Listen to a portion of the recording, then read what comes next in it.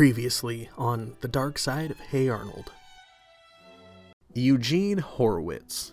He's a boy who, in many ways, is a walking contradiction. He's a fourth grader who's widely known for his cheerful and upbeat demeanor and attitude. However, despite his positive disposition, he's also known to encounter a high level of misfortune and is very danger-prone. You don't have to pretend. I know what everyone says about me. They all call me a big jinx, don't they? Nobody says that, Eugene. Come on, Arnold. I've heard it my whole life. Arnold tries to tell Eugene that he isn't a jinx, but Eugene says that no matter what he does, something always goes wrong.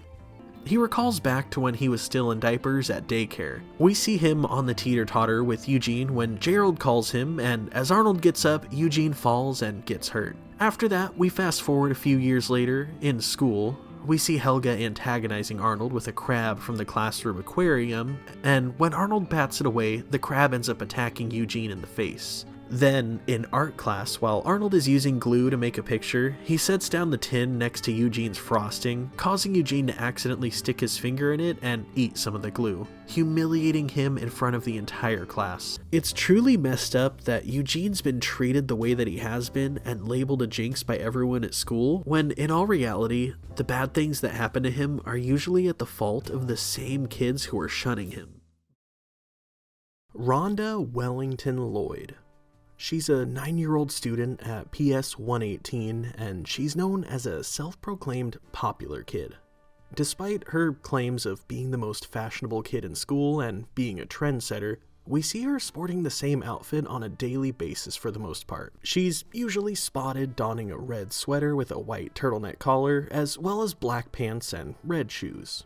She is described by most as arrogant and greedy, often putting herself before anyone else and showing little empathy towards anyone, including those that she claims to be her friend, unless she gets pushed to the point of showing empathy as a lesson for a wrong that she's done towards someone. This, more often than not, would end up being the typical trope for a Rhonda-centered episode. Usually we would see her doing somebody wrong and then subsequently being placed in their shoes, learning a lesson, and developing a sense of empathy for the person that she's wronged. Her wronging someone usually being the result of the fact that she's one to think very highly of herself, though, ironically, she's kind of a pathetic person if we're being honest. She's the kind of person who's known to make a mountain out of a molehill of a problem. If even one slightly inconvenient thing happens to her, it's automatically the end of the world in her eyes. All in all, she's a very entitled person, and that's likely due to her upbringing.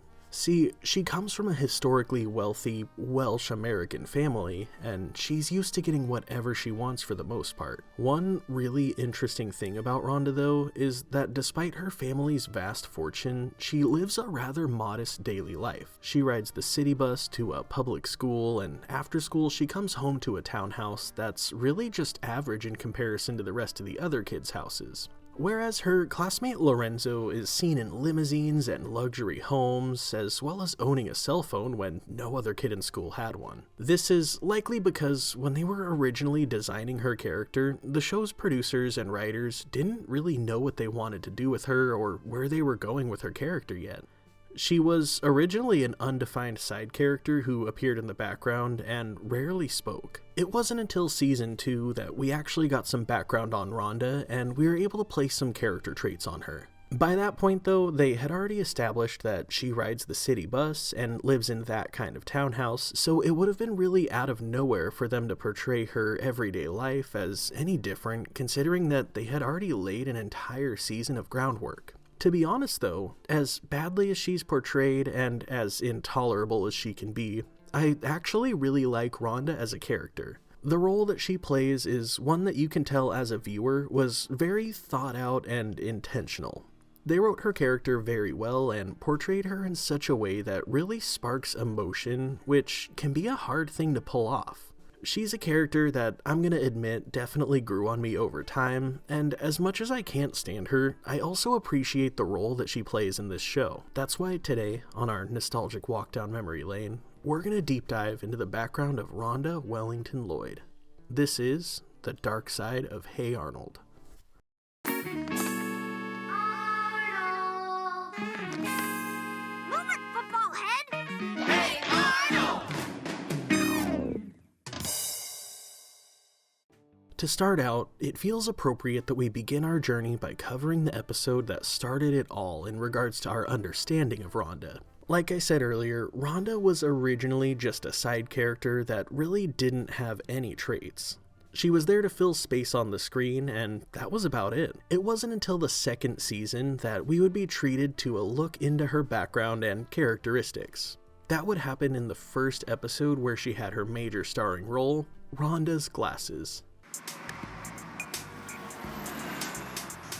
This episode starts out on a busy morning with a city bus full of kids en route to PS 118 for school. Helga talks secretly to Phoebe about how Rhonda thinks that she's the princess of the bus as they see her sitting in the very front seat and messing with her hair. Excuse me, but can we do a mirror check? No offense, but you belong in the back with the rest of the geeks. And take your geeky glasses with you. You must be new on this route. The front seats are only for the cool kids. We cut over to school where Principal Warts is going over the PA to tell all of the 4th graders to report to the nurse's office for a compulsory eye exam. We then see the nurse, who's actually Sheena's aunt, giving Rhonda an eye exam. Rhonda literally can't read a single letter on the chart, and the nurse tells her that she needs glasses right away. Rhonda is completely shocked and appalled at the implication of her wearing glasses, as she tells the nurse that she can't because glasses are for nerds. The nurse tries to calm her down by saying that glasses are no big deal and that she herself wears them and doesn't think that she looks half bad. Rhonda, just accept it. You can't have contacts yet. But we both can't be upset at the same time. Hello, this is Brooke calling for Buckley. Buckley, dear, we've got some truly dreadful news today. I'm still reeling. Our perfect little Rhonda needs glasses. Take them off, Rhonda. You're upsetting me. I want to talk to Daddy. I hate my life, Daddy. Why does everything happen to me? I'm so unlucky. Rhonda's mother, Brooke, snatches the phone back from her as Rhonda immediately cuts the crocodile tears. Brooke asks her husband, Buckley, what he's gonna do about it, and by the end of the call, it's decided that he's gonna buy Rhonda a pony to make up for her needing to wear glasses. She tells her mom that that makes her feel a little better, and we cut right to the next day where Rhonda is waiting for the city bus. Criminy! It's the geek formerly known as Princess Rhonda Lloyd. What are you looking at? Excuse me, can we do a mirror check? No offense, but you're definitely back of the bus material. Take that back.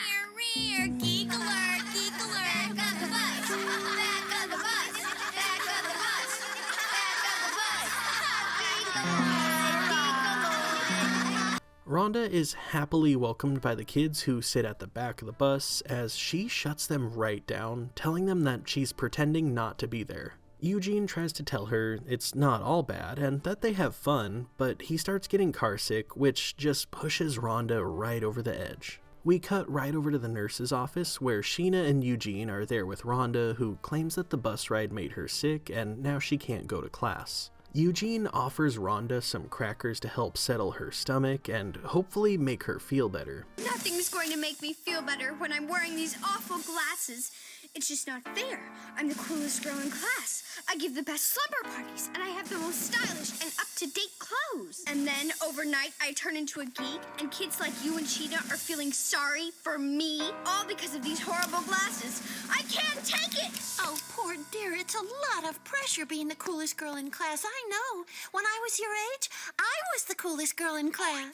Later on, we end up seeing Rhonda walking down the hall with Helga, Phoebe, and her best friend Nadine. Rhonda comments on how lame the video that they just had to watch in class was, and Helga ends up roasting her, saying that she probably wouldn't know because she wasn't able to see it due to the fact that she refuses to wear her glasses. Rhonda argues with Helga, telling her that she doesn't need to wear them all the time. Then I guess you sat in bubble gum on purpose.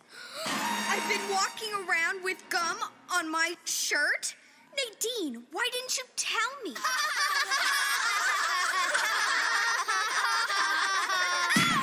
Oh, my nose! Is it bleeding? The next day, we see Rhonda walking into class as Helga just blatantly talks smack about her, saying that the mighty have fallen, and next thing you know, Rhonda's gonna end up coming to class with big buck teeth and reading computer magazines. Rhonda attempts to stand up for herself, arguing with Helga, saying that she's still a popular trendsetter. Oh, and I like the toilet paper trailing off your shoe. It's so chic. What?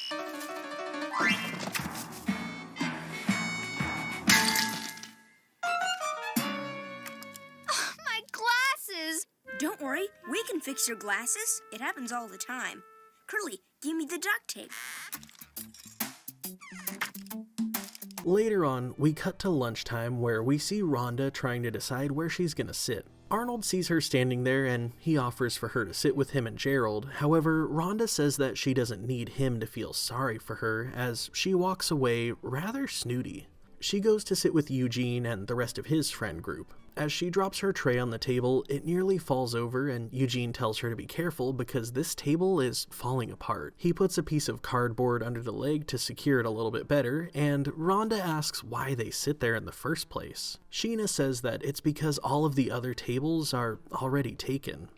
After lunch, we cut to recess, where Eugene is hyped to play a game of Foursquare now that they have 4 people. We even see Curly sitting nearby, saving them a square. Brainy walks up with the ball, which is completely flat, and Rhonda asks them how they're supposed to play with a flat ball.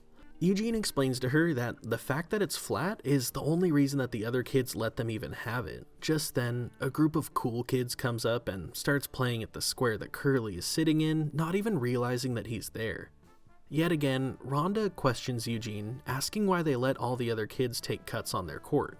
Eugene explains that they probably just didn't see Curly, and that when you're a geek, people usually don't notice you.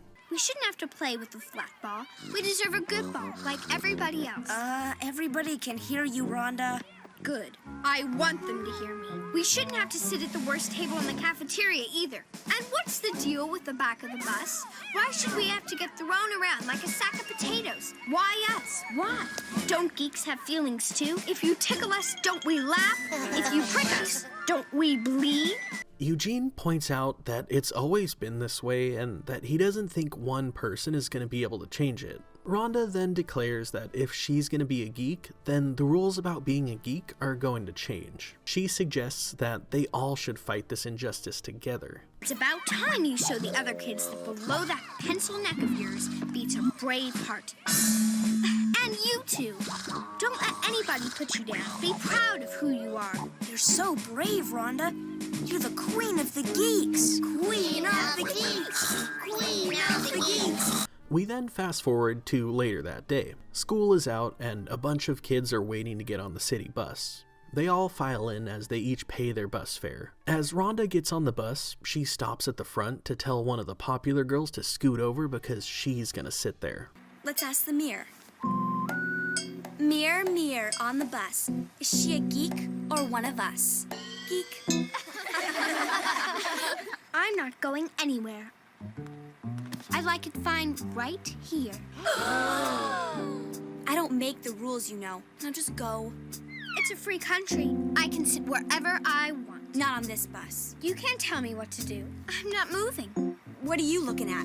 Come on, get in the back. Eugene stops and says that he's not going. He says that he's tired of sitting in the back and throwing up all the time. Rhonda backs him up as he happily takes a seat next to her. The popular girl calls Eugene a twerp and tells him to get up. Leave him alone and go sit down. I'm not sitting down until you move. I'm Rhonda Wellington Lloyd, and I don't have to move for you or anyone else. I demand my right to sit anywhere I want, anytime I want. And these other geeks, kids, they can sit anywhere they want. Rhonda's right. Nobody should make anybody else feel bad about who they are or how they look. I say we get rid of the geek seats and let everybody sit where they want. The popular girl then says that this is out of control, and she continues to put up a stink, but with everyone rushing to sit wherever they want, she ends up being left with just one single seat left to choose from, and that's the far back one. The next morning, we see Rhonda with a new pep in her step as she gets on the bus. Hi, Rhonda.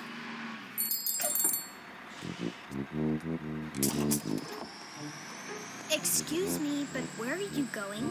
There's room for both of us, you know. As long as it's not an everyday thing. Like my glasses? I have them in 3 designer styles. One's for dressier occasions, but these are my kicky girl-on-the-go pair for every day. Now, like I said earlier, this is an episode that I wanted to make sure that I covered right out of the gate because it was the first episode in the series to give us a good look at Rhonda's background, and man did it give us quite a bit of background. Before this, we had bits and pieces of understanding towards Rhonda's character. However, with this episode introducing her parents, as well as giving us a look at the kind of lifestyle that she lives at home, it definitely added a massive amount to our understanding of Rhonda as a character outside of what's already been established. Like, before this, we knew that she was always kind of a popular girl and up to date with her trends, as seen by her knowledge on the Nancy Spumoni signature snow boots in the Christmas special back in season 1, but this would be the first time that we learn about how much that plays into her confidence and her own self-image. Rhonda is clearly a very vain person. She's constantly worried about how she looks, and even more important to her, how she's being perceived by other people, as if that's something within her control. This speaks volumes to her as a person deep inside. She's so concerned with how other people perceive her that she completely neglects catering to her own perception of herself. It's pretty sad when you think about it. She's so preoccupied with clothes, trends, and looks to achieve what she believes to be cool that she overlooks some of the most rich parts of herself as a human. This goes further than just her as well, considering that she uses the same shallow criteria to deem whether someone else is cool or uncool. It's honestly really lame. She has so much more to offer than materialistic items, and it took her getting a taste of her own medicine to realize that. It's sad that she had to experience what she deemed as, quote, uncool to act like a good person and start treating people fairly.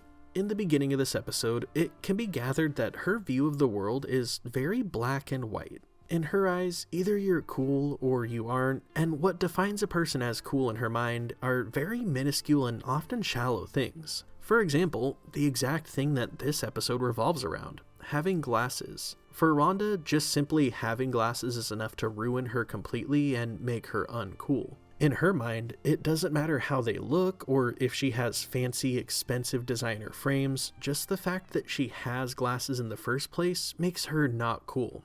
That right there is just ridiculous and is kind of an example of what I said earlier in regards to Rhonda being pathetic. The example I used previously is making a mountain out of a molehill of a problem, and acting like one inconvenience is the end of the world. In this case, it's one small thing like having to wear glasses that completely makes her a geek in her mind. Like, literally, her mom could buy her the most fancy and expensive frames that money could buy, and that wouldn't have any influence on her feelings about it.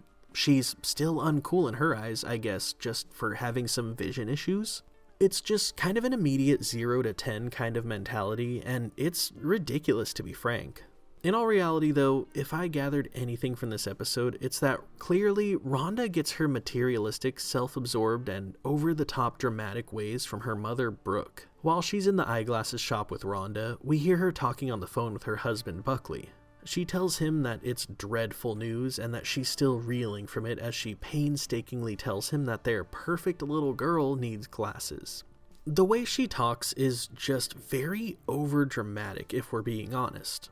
Her voice almost sounds theatrical kind of, like she's a theater performer auditioning for a very dramatic role or something like that. Then, of course, when she passes the phone to Rhonda, we hear her talking to Buckley and just basically emulating her mother's demeanor, but like times 10. It's a very apple doesn't fall far from the tree kind of situation. Meanwhile, I'd like to say that she gets some of that trait from her father, but we don't see him whatsoever in this episode. He's featured on the phone, and that's about it. I will say this much though. It can be gathered from this episode that through his actions, specifically buying Rhonda a pony to make up for the fact that she has to get glasses, that he really just enables her behavior. Like, instead of doing the good parent thing and trying to make his daughter feel better about having to do something that makes her feel really self-conscious by encouraging her and trying to build her up, he just plays the rich guy card and buys her a pony to soften the alleged blow of having to wear glasses until she can get contacts. I can certainly imagine there being times where there's an issue that his wife is having where he could offer empathy or a sense of understanding, but instead he just throws money at the problem and showers her with lavish items and jewelry. By all means, if her love language is gift-giving and that's what she prefers to make her feel better, then that's completely valid, of course. However, his behavior here would lead me to believe that showering them with money is his easy out to actually having to put some thought or intention towards anybody for that matter. Now, moving on from there though, we definitely have to address the elephant in the room. This episode is a clear depiction of racism in the United States as well as the civil rights movement, and this is huge. Back in the Dark Side of Harold video I did about Mr. Wynn and the Christmas episode, I talked a lot about the Vietnam War as that played a big role in that episode. I brought up how we learn about this stuff in school, but seeing it in our media as kids definitely helps drive the point home just a little further. This episode is definitely another great example of that. In school here in the United States, we learn a lot about the civil rights movement and our country's complicated and very dark history of racism. This starts at a really young age with teachings of famous people like Dr. Martin Luther King Jr., Harriet Tubman, and of course Rosa Parks, just to name a few. Now, learning about that in school, then coming home and seeing an episode like this, kids definitely connected the dots. I know I did. There's a lot of things in the show that went over my head, but this one definitely was not one of them, and it feels really good to see this kind of representation, especially considering that a measly 43 years before this episode would air, segregation in schools would be ruled as unconstitutional. 42 years before this episode would air, people like Claudette Colvin and Rosa Parks were making headlines for getting arrested simply for sitting at the front of the bus and refusing to move for a white person. Let that sink in. 42 years. Nearly as little as 4 decades before this episode would premiere, African American women were literally being put in handcuffs by white men for doing exactly what Rhonda just did. Nearly 34 years before this episode aired, Martin Luther King Jr. would give his iconic "I Have a Dream" speech at the 1963 March on Washington to more than 250,000 people. A moment that would go on to be celebrated as possibly the greatest speech of the 20th century. And a year later, the American Civil Rights Act of 1964 would be signed into law, officially ending segregation in businesses and public places such as swimming pools, libraries, and public schools. The representation here in this episode to those real-life events is crystal clear. As a matter of fact, it's literally not even open to interpretation or debate, even as far as how Rhonda and the other kids were treated at school. We would see Rhonda and her group being made to play with a flat ball, eat lunch at a busted and lopsided table, and literally being treated like they don't even exist. All of these things are clear depictions of what life was like for kids during the time of segregation in American schools. I can say this much, I applaud Nickelodeon for platforming this show, and even more than them, I applaud the Hey Arnold team for portraying these kinds of messages in their show so boldly. This kind of thing is important to be seen in an effort not to replicate history and to end the cycle that's gone on for way too long. It gives me high hopes for generations of kids who grew up watching shows like this. I feel like seeing episodes like this one helped a lot of us develop a sense of empathy at a really young age, and that is incredibly valuable if you ask me. This episode specifically is an interesting one though, because Rhonda was originally part of the problem. In the beginning, she's the one that's literally segregating the city bus. Rhonda's behavior for like the first half of this episode was just straight ignorant and rude. I definitely have to point out that scene where Rhonda's getting her eye exam and Sheena's aunt, the school nurse, is asking her if she ever plays with Sheena. Her answer is, "No offense, but we're not in the same crowd." This right here was just so cringe. I'm like, if you need to say no offense, you probably should just completely rethink or rephrase what you're about to say. I mean, a simple, "No, we've never really played together" would have done just fine and would have made Rhonda not sound like a complete snob. All in all, I feel really mixed about this episode. Ultimately, Rhonda did a great thing. She was the voice of change that resulted in this specific group of people getting more leniency in where they can sit on the bus, but we can't forget that originally she was part of this exact problem. On one hand, I appreciate the fact that she was able to stand up for these kids who had been treated so unfairly, but on the other hand, not even a few days before that, she was the one treating these exact kids so unfairly. Now, by all means, it's never too late to change, of course, but we never really got any acknowledgement from her that she was ever part of the problem. Like, she never really owned up to the fact that she was part of the root cause of this issue, or even apologized to any of the kids that she had wronged in the process. Now, keep in mind, it's okay not to announce a change and just to start being a better person and treating people better, but on a human level, an apology should at least be given to the people that you've wronged. Outside of that though, as a viewer watching a show, I definitely would have enjoyed a scene where Rhonda realizes how badly that she's treated these kids and came to the conclusion that she needs to change not only her ways, but try to make a change to how other people treat these kids as well. If this episode showed us anything about Rhonda though, it would be the fact that she is capable of change. Whereas other characters may not have changed their worldview and just continued in their ways, Rhonda was able to change who she is as a person once she realized that she was treating people in an ironically uncool way. I also have to take a minute to point out how stupid the entire bus thing kinda was. And not metaphorically, I mean like straight up literally. Keep in mind that we're not talking about a school bus here. Like, sure, it's full of kids and they take it to and from school every day, but we're talking about a city bus that all of these kids have to literally pay money to get on. Now, with that in mind, how ridiculous is it that this 9-year-old little girl, this literal child, is trying to dictate where people sit on the bus? Again, not the school bus, the actual legit city bus. Like, who the heck are you to say where people can sit on any public transportation? I just gotta say though, the bus hierarchy is absolutely stupid. Even when I was in school, for example, I graduated high school in 2012. All throughout my time in school, the bus was kind of a structure where the cool kids sat in the back. I always thought it was really dumb. I never really paid attention to where I sat on the bus because I hated it, to be honest. Like, even on the days where my friends were sitting in the back of the bus and they invited me to go sit with them, I'd usually just end up putting in my headphones and ignoring everybody anyways. I was always the kind of guy who wanted to keep to myself, so being somewhere specific for the sake of popularity was never my cup of tea. Another thing in this episode that I definitely wanted to bring up is the fact that Arnold is basically the only person who didn't make Rhonda feel awful. He even went as far as inviting Rhonda to sit with him and Gerald at lunch, but she was quick to shoot him down. The way that she treated Arnold was pretty uncalled for. He was nothing but kind to her, and she was just straight up super rude to him. By all means, I totally understand why, but that doesn't make it any better. At this point in the episode, she's still in that awkward point where she's angry at the world for needing to have glasses, angry at all the cool kids for making fun of her, and not really ready to accept friendship from who she deems to be the unpopular kids. I mean, it makes sense that she would be rude to Arnold because she probably thinks that he's pitying her when in all reality, he's just a really nice guy. Another thing that I definitely want to touch on briefly is Nadine.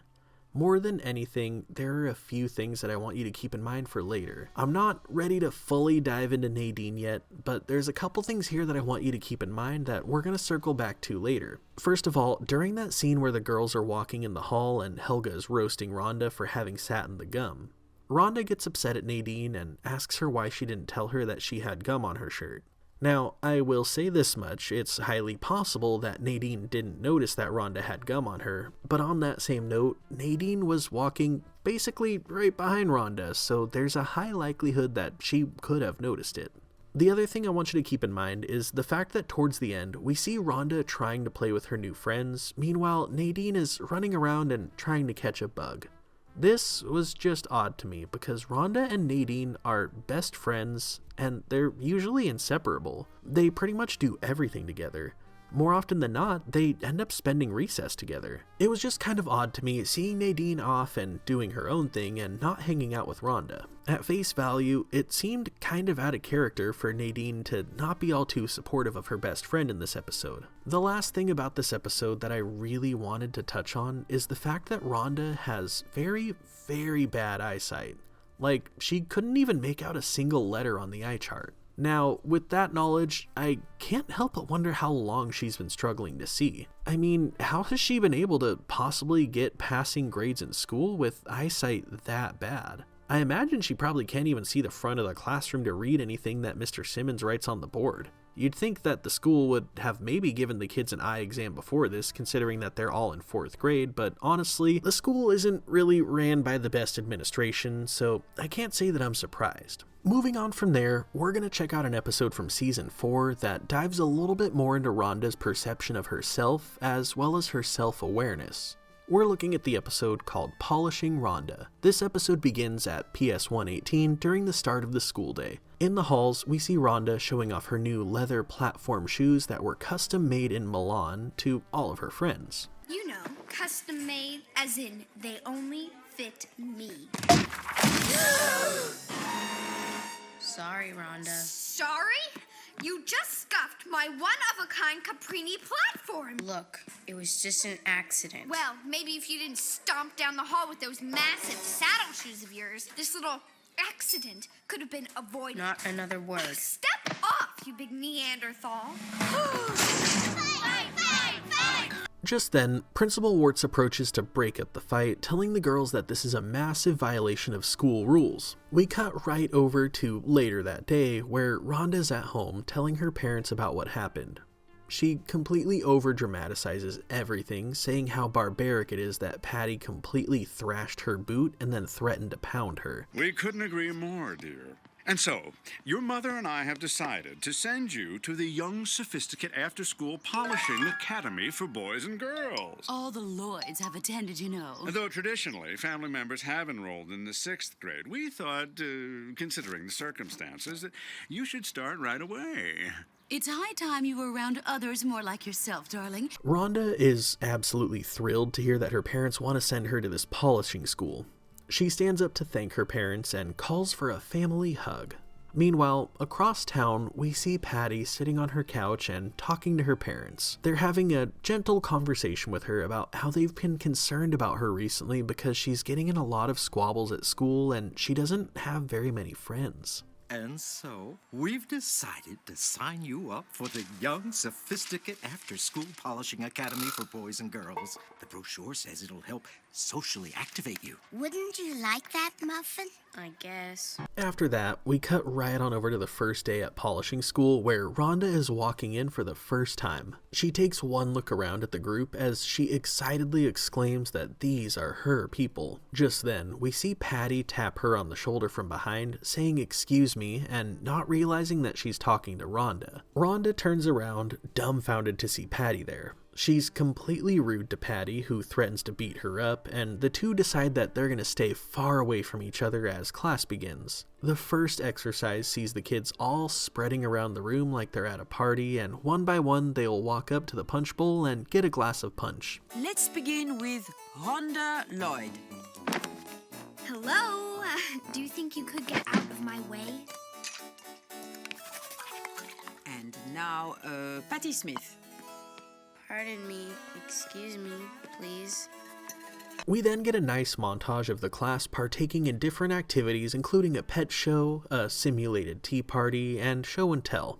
All of which would feature Rhonda blazing through like a bull in a china shop, being completely focused on herself and completely failing to consider anyone around her. Meanwhile, Patty seems to naturally pass all of the activities with flying colors. Now, class, before you go, I'd like to distribute your preliminary performance evaluations. The purpose is to let you know how you're doing in my class thus far. Rex, Archer, Patty. Patty Smith. Courteous, a good listener, practical. Millicent, Rhonda. Pushy? Self-obsessed and materialistic? Madame, this is an outrage. There must be some mistake. The teacher tells her that there is no mistake and that the report card is an accurate reflection of how she's doing in the class. Rhonda tries to argue with her, saying that she's a Lloyd and that her family has been attending and donating money to this academy for generations. The teacher tells her that times have changed, as has the academy. I'm afraid your heritage will not excuse your less than perfect performance in my classroom. Now, unless you want to fail this course entirely. Fail? But I can't fail. It would be unheard of. I disgraced my entire family. Then I suggest you get it together and adjust that attitude of yours immediately. Later on that night, we see Rhonda at home eating dinner with her parents. They ask her how the academy's going, and she lies to them, saying that it's going amazing and that she's likely going to graduate at the top of her class. Her dad expresses how proud he is and says that today it's the academy and tomorrow it'll be Princeton. Rhonda chuckles and agrees with them as we cut right to the next day at the academy. Well, I always carry heavy groceries for my mom, and oh yeah, sometimes I volunteer at homeless shelters. What a wonderful answer, Patty. You are a very helpful person indeed. Perhaps even valedictorian material. This is so unbelievable. I'm going to fail, and Big Patty is going to graduate first in the class. If only I could somehow be more like Patty. But how? We cut to later that day where polishing school is getting out. Rhonda stops Patty and ends up getting on her knees and begging Patty to help her, saying that finals are in 2 weeks and that her parents are going to disown her if she doesn't pass polishing school. Patty, being the sweet person that she is, reluctantly agrees, and we cut right on over to Patty's house where she's attempting to teach Rhonda some manners. But unfortunately, things don't seem to be landing very well at first. Over time, Rhonda slowly but surely starts to get the hang of it. It's perfect. And what, may I ask, is so funny? Nothing. It's just, well, when you asked me to help you out, I really didn't want to because I thought it would be a pain.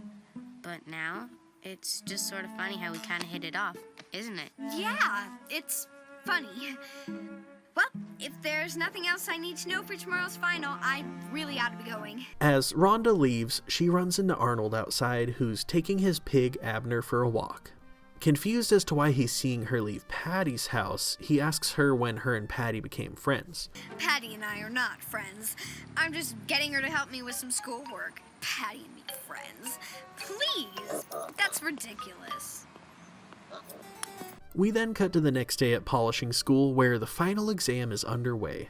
Rhonda tackles the exam utilizing all of the techniques that she learned from Patty, and she ends up passing with flying colors. At the end of the day, as everyone is leaving, we see Patty come up to Rhonda, who's so excited that she gets to graduate thanks to Patty. Before you go, I wanted to ask you, if you aren't doing anything this weekend, do you want to come sleep over at my house? Sleep over? Yeah, my parents already said it was okay. Look, Patty, I really appreciate you helping me out with all this polishing school stuff and all, but after today, you know, since finals are over, we probably shouldn't hang out anymore. You understand, don't you? Yeah, sure. After that, we see the graduation ceremony commencing, where Rhonda ends up being announced as class valedictorian. She takes the podium, having her opportunity to give a speech, and she ends up thanking the teacher for her amazing teaching skills, as well as her parents for her amazing upbringing. But of course, she doesn't give even a single thanks to Patty, who's literally the entire reason that she graduated. After the ceremony, we see Patty outside as her parents are telling her that they're so proud of her for finally making a friend. So, when's the big sleepover? I don't know. I haven't asked her yet. A great speech, hun. Absolutely. How about we go out and celebrate with some mocha lattes? Mocha lattes? Sounds delish. We cut on over to the next day at PS 118, where Rhonda is showing off her graduation gift from her parents, a nice, expensive pearl necklace. Just then, she sees Patty leaving the classroom, and you can tell that Rhonda definitely feels some sort of guilt for how she treated Patty. Later on at lunch, we see a popular girl in the lunchroom showing off her new cowboy boots when Patty walks by, and just like Rhonda did, this girl ends up tripping Patty. While she's on the ground and covered with her lunch, Patty looks up at the girl and tells her that she's sorry. The girl ends up more or less telling Patty that these boots are worth more than she is, as she rudely calls Patty a big doof. Patty goes to pound the lights out of this girl, but she's stopped by none other than Rhonda. My friend said she was sorry. Excuse me? You heard me. And while you're at it, you can apologize for being so rude and so totally self-absorbed. Unless you want this fist for lunch. Sorry. Now, how about you and those tacky farm boots of yours take a walk? Oh gosh. Come on, Patty. I see a table over there. So, about that slumber party, I was thinking Saturday night? So the first thing that I want to cover here is something that we also saw in the last episode.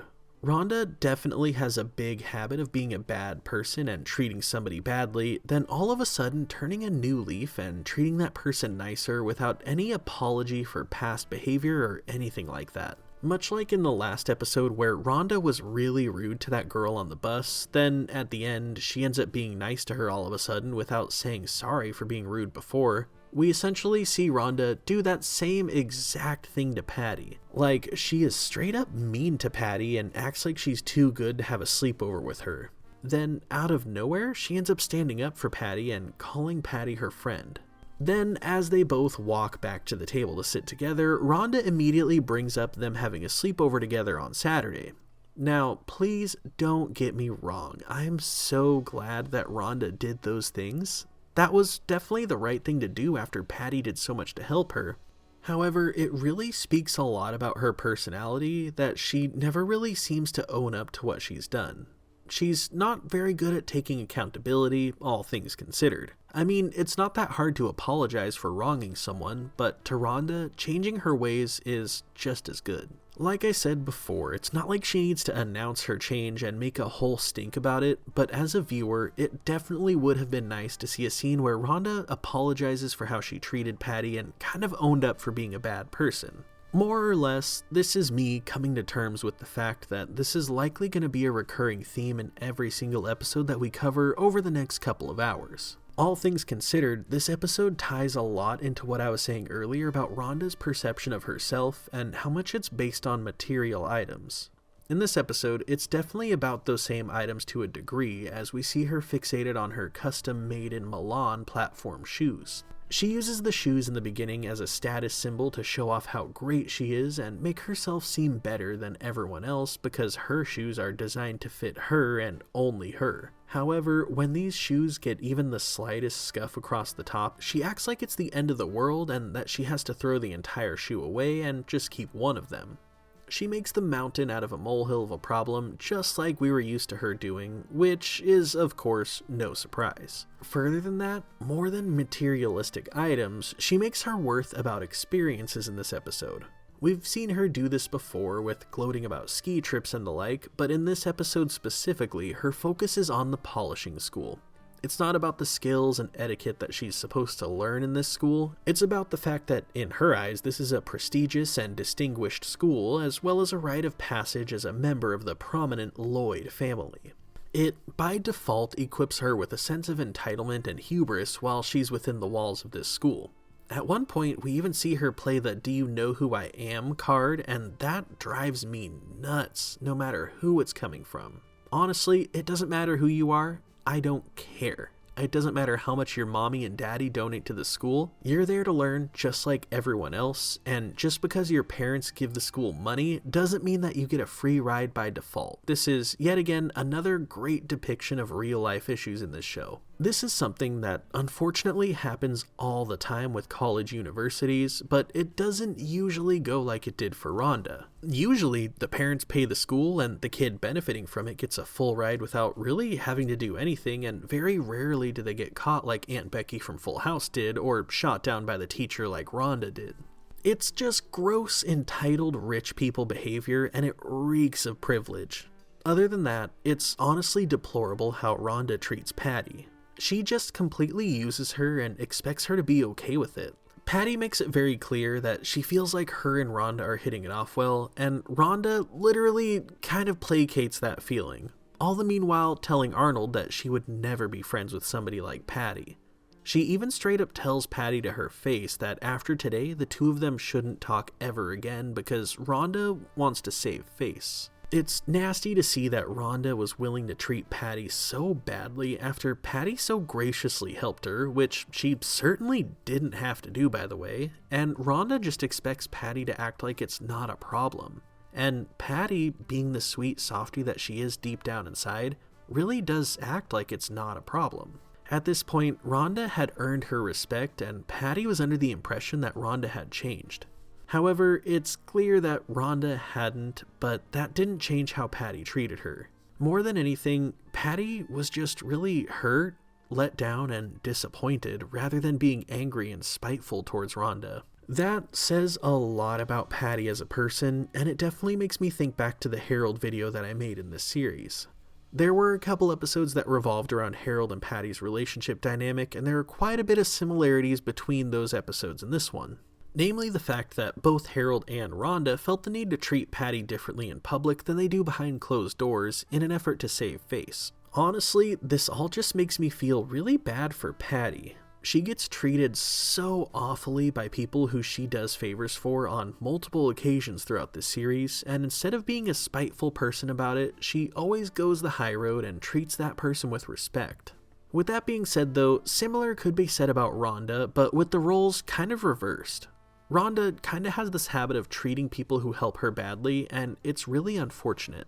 She tends to be the kind of person who will squeeze you dry of every last drop that she can, then she discards you just like a dried out old sponge. It's really sad because I feel like if Rhonda treated people with respect and like how she wants to be treated, then she would probably have a very large friend group and support system around her. I do have to point out as well though, how ironic is it that a girl like Rhonda, with a fancy rich family and easy life, just completely bombs polishing school.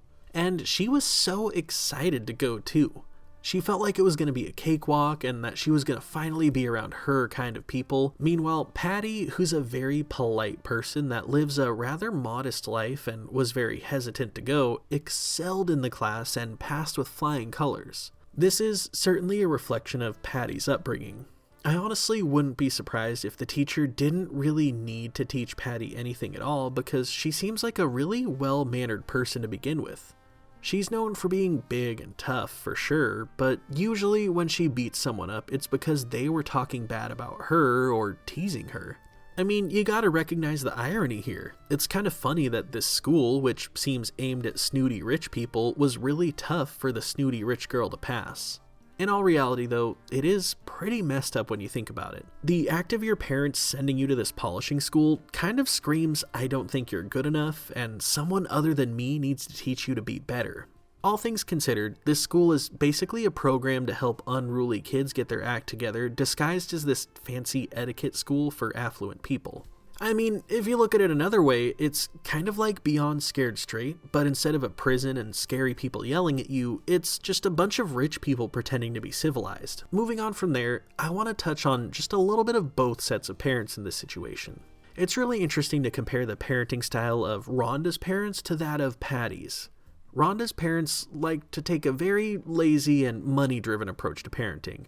It seems as if they don't really discipline their daughter and they just kind of solve all of their issues with money. Like we saw in the last episode, when Rhonda ended up having to get glasses, her dad's solution to the problem was buying her a pony.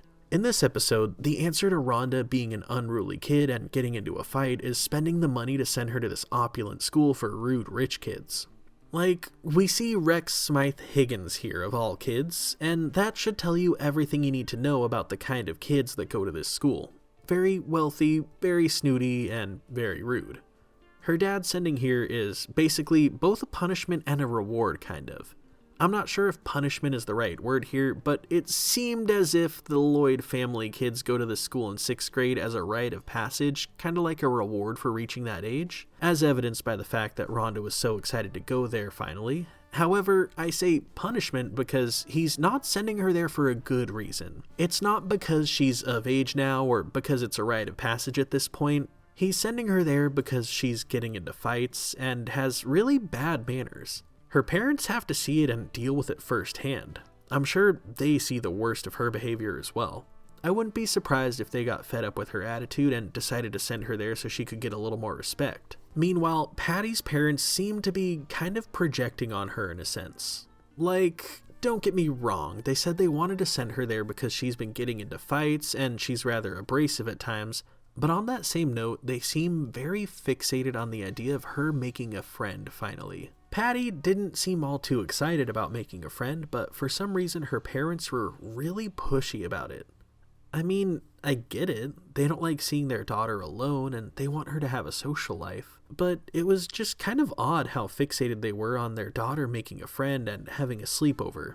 The way they were so pushy about it was almost kind of uncomfortable, to be honest. On that same note though, they also seem to be very sensitive parents. It's not confirmed by the show's creator, but Patty's parents seem to be very small in size in comparison to her, which has led to fans speculating that her parents may have dwarfism. With that being said, it's definitely seen in this episode that her parents are very gentle in how they handle Patty, despite her being a very strong person. Her parents' goal with sending her there was more or less to make her some friends. Meanwhile, Rhonda's parents wanted to send her there with the goal of getting her around people who were more like her. For them, it was likely about hopefully fixing her bad attitude and having her develop some manners in the process. However, they didn't really relay that to her. They more or less made it seem to her like she wasn't a problem and that she just needs to be surrounded by more rich people to not get into fights. Whereas Patty's parents sent her there with pressure to make a friend, Rhonda's parents sent her there with pressure and expectation to pass with flying colors because all of her family did. Her dad makes a comment about how today it's the academy and tomorrow it'll be Princeton. This right here is a great example of the pressure that Rhonda's constantly under. Her parents expect her to do great things and reach great heights, but it feels like they aren't really willing to help arm her to do those things. They're just hoping to pay her way there. Like I said, this episode is definitely a prime example of how she relies so heavily on material possessions and lavish experiences to define her as a person. For Rhonda, and seemingly also her family, their main prerogative is maintaining the status quo and keeping up appearances.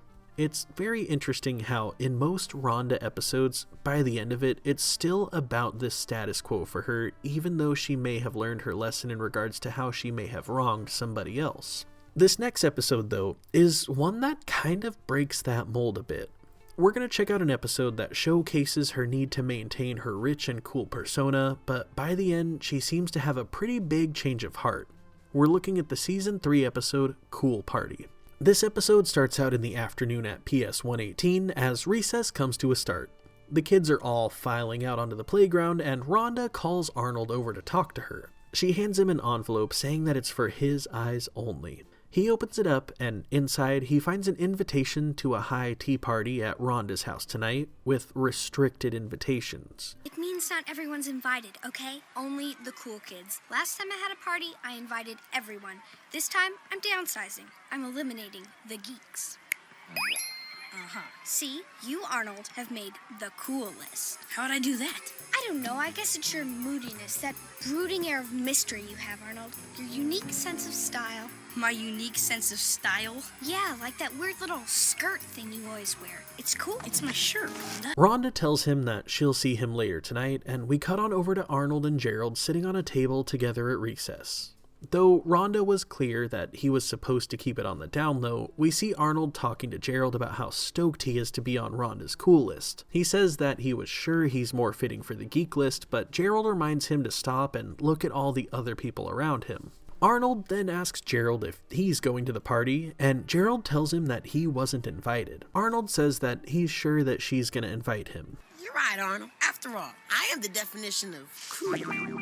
What about Gerald? Geek. Gerald? On the geek list? How come? He's nice, he's funny, everyone likes him. He seems pretty cool to me. Yeah, well, I've been furious at him ever since he became class president. So what? Class president is cool. Yes, but he ran against me, and that was definitely not cool. We cut back over to Arnold and Gerald sitting together as they're approached by Sid, who asks if he's going to Rhonda's party. Arnold says that he is, and he asks Sid if he's going, but Sid says that he wasn't invited, and neither was basically the rest of their class, save for a few select people. The whole group is rightfully upset that they are all being labeled as geeks. Just how to see define geek anyway?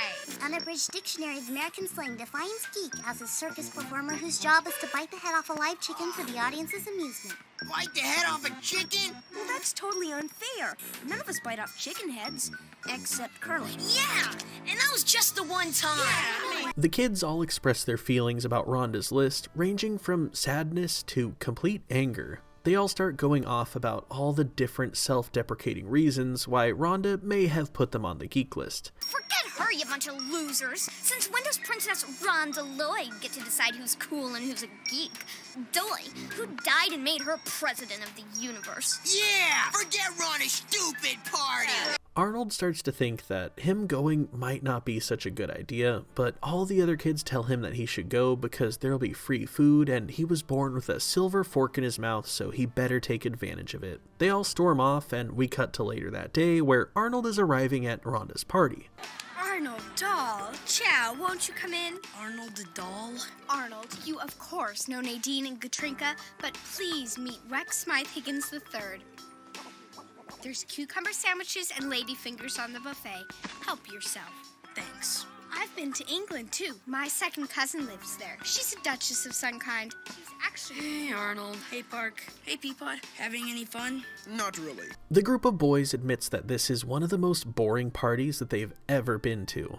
Meanwhile, Rhonda is on the couch talking about how happy she is that she didn't invite all of the kids she's labeled as geeks. She keeps going on about how there's no point in having a party if you're gonna invite geeks because they're just an embarrassment. This quickly turns into her roasting all of her classmates individually and saying some really hurtful things. Like Eugene. He's such a geek, he tucks his shirt into his underpants.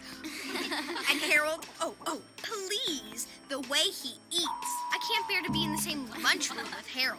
And Stinky, where did he learn English? Green Acres? Arnold, where are you going? Suddenly, I'm not feeling cool enough for this party. But thanks for inviting me. I think I'm gonna go. Rhonda immediately gets angry and she rushes right over to Nadine, asking her for the geek list. We see Rhonda cross Arnold's name off the cool list and write it over at the bottom of the geek list. Meanwhile, we see Arnold who's walking down the street as he approaches Gerald's house. He tells Gerald that the party ended up being super lame, so he left. The two of them decide that they're gonna go join the other kids in throwing rocks at a dumpster. They all start to immediately throw shade at Arnold, but he says that they're not missing much and that the party was really lame. The kids all say that they're still really mad at her for not inviting them to her party and for putting them on her geek list. It's like we have all this unfocused rage. I wish we could do something about it. I say we all go over and crash Rhonda's party and eat all her food! Well, I say we get a carload of horse manure and leave it on her porch. I say we paint ourselves with tiger stripes and go free all the animals at the zoo. Fine, Curly. We'll meet you there in an hour. Arnold says that he has a better idea. Instead of all that, he suggests that they just go to his house and have a party on the roof for geeks only, and that everyone's invited. We then cut right on over to later that night where everyone's having a blast on the roof and all of the kids in the neighborhood are just flocking to Arnold's house. Over at Rhonda's party, people start hearing the commotion outside, and when they catch eye of the party at Arnold's house, they end up leaving in droves. As they all leave one by one, Rhonda continues to cross their names off of the cool list and add them to the geek list. Arnold's party seems to be a massive hit, with an unlikely mix of folks all having a blast. We see Oscar and Mr. Wynn playing limbo with Helga and the rest of the kids as Harold and Stinky are dancing on the piano. We even see some 6th graders showing up to the party, Wolfgang and Edmund, and even Stoop Kid makes an appearance. Meanwhile, over at Rhonda's house, her party has boiled down to just her and Nadine. You know, maybe I'll go check out what's going on at Arnold's house. Nadine, you can't be serious. You're my best friend. This is very uncool. I'm sorry, I have no choice. I'm putting you on the geek list. Well, Rhonda, you wanted to have a party for only the cool kids. But now that you've crossed everybody off the cool list except yourself, I guess you're the only cool kid left. I'm going to Arnold's. Enjoy the rest of your party. Over at Arnold's house, everyone is having the time of their lives. Multiple people compliment him on how awesome of a party he threw. However, Gerald says that it's almost perfect. Now it's perfect. Hi, Gerald. Hi, Arnold. I brought some sandwiches. Can I come to your party? Gerald and the other kids explain that this party is for geeks only and that she doesn't seem to be on the geek list. Then we hear Rhonda mutter words that I'm sure that she'd never thought she'd say in her lifetime. I want to be a geek! Okay, Rhonda. Come on in. I mean, I want to be a geek tonight only. Tomorrow, I'm gonna be cool again.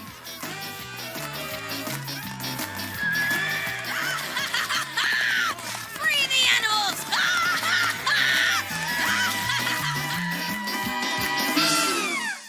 This episode is another great one that attests to Rhonda's character in a lot of ways, some good and some bad.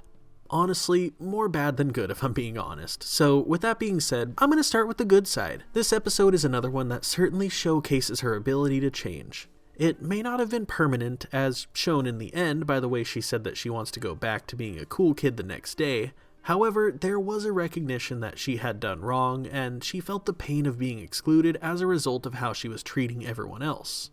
Before I move on to the bad, I just want to point out that this episode also did something that we don't see all too often for Rhonda's character. It forced her to own up to the fact that she had hurt people. In the last 2 episodes we checked out, I brought up how she never really took accountability for her actions, and she just tried to act like the wrongdoing never happened and move on being kinder. However, in this episode, she isn't given that option. In the end, we see her show up to Arnold's party with some sandwiches and try to act like she will be welcomed with open arms to move on like nothing ever happened. However, all of her classmates were not going to let that slide. They may not have gotten a direct apology, but they did get her to admit that she didn't like being excluded, and that's kind of close enough, I guess. Though she didn't say sorry for her actions, she did realize that they were in very bad taste, and she came crawling back to them looking for acceptance. Now, moving on to the bad here, this episode heavily ties into her materialistic and shallow ways, and her deciding who's cool based on their material items, among other really unimportant things. In Arnold's case, it was his skirt that's actually a shirt. She essentially used the fact that he wears a long shirt under his sweater to label him as mysterious, which makes him cool. More than anything, this whole cool versus geek list to begin with was super shallow, but basing an entire party around this list is just the icing atop this super shallow cake. The party she threw, though, was just a mixed bag of trash. You could tell that the people she invited to be there didn't want to be there at all, and it was just kind of weird. It was just all of them sitting around and listening to Rhonda go on non-stop about her life and how wealthy she is. Then, of course, things get super awkward when the kids are all fake laughing as they pretend to enjoy Rhonda roasting all of their friends. Rhonda's actions at this party were just really uncalled for. Like, it's bad enough that you're going to exclude all of these people from your party, but you're also going to talk trash about them while they aren't there to defend themselves or do anything about it. And of course, none of this is stuff that she would ever say to their faces. It was just one of those things where I think Rhonda could tell that the party was losing steam, so she wanted to spice it up a little by trash talking some people she deemed as less sociable than herself and the others at the party. Also, we gotta talk about how lame it is that she didn't invite Gerald.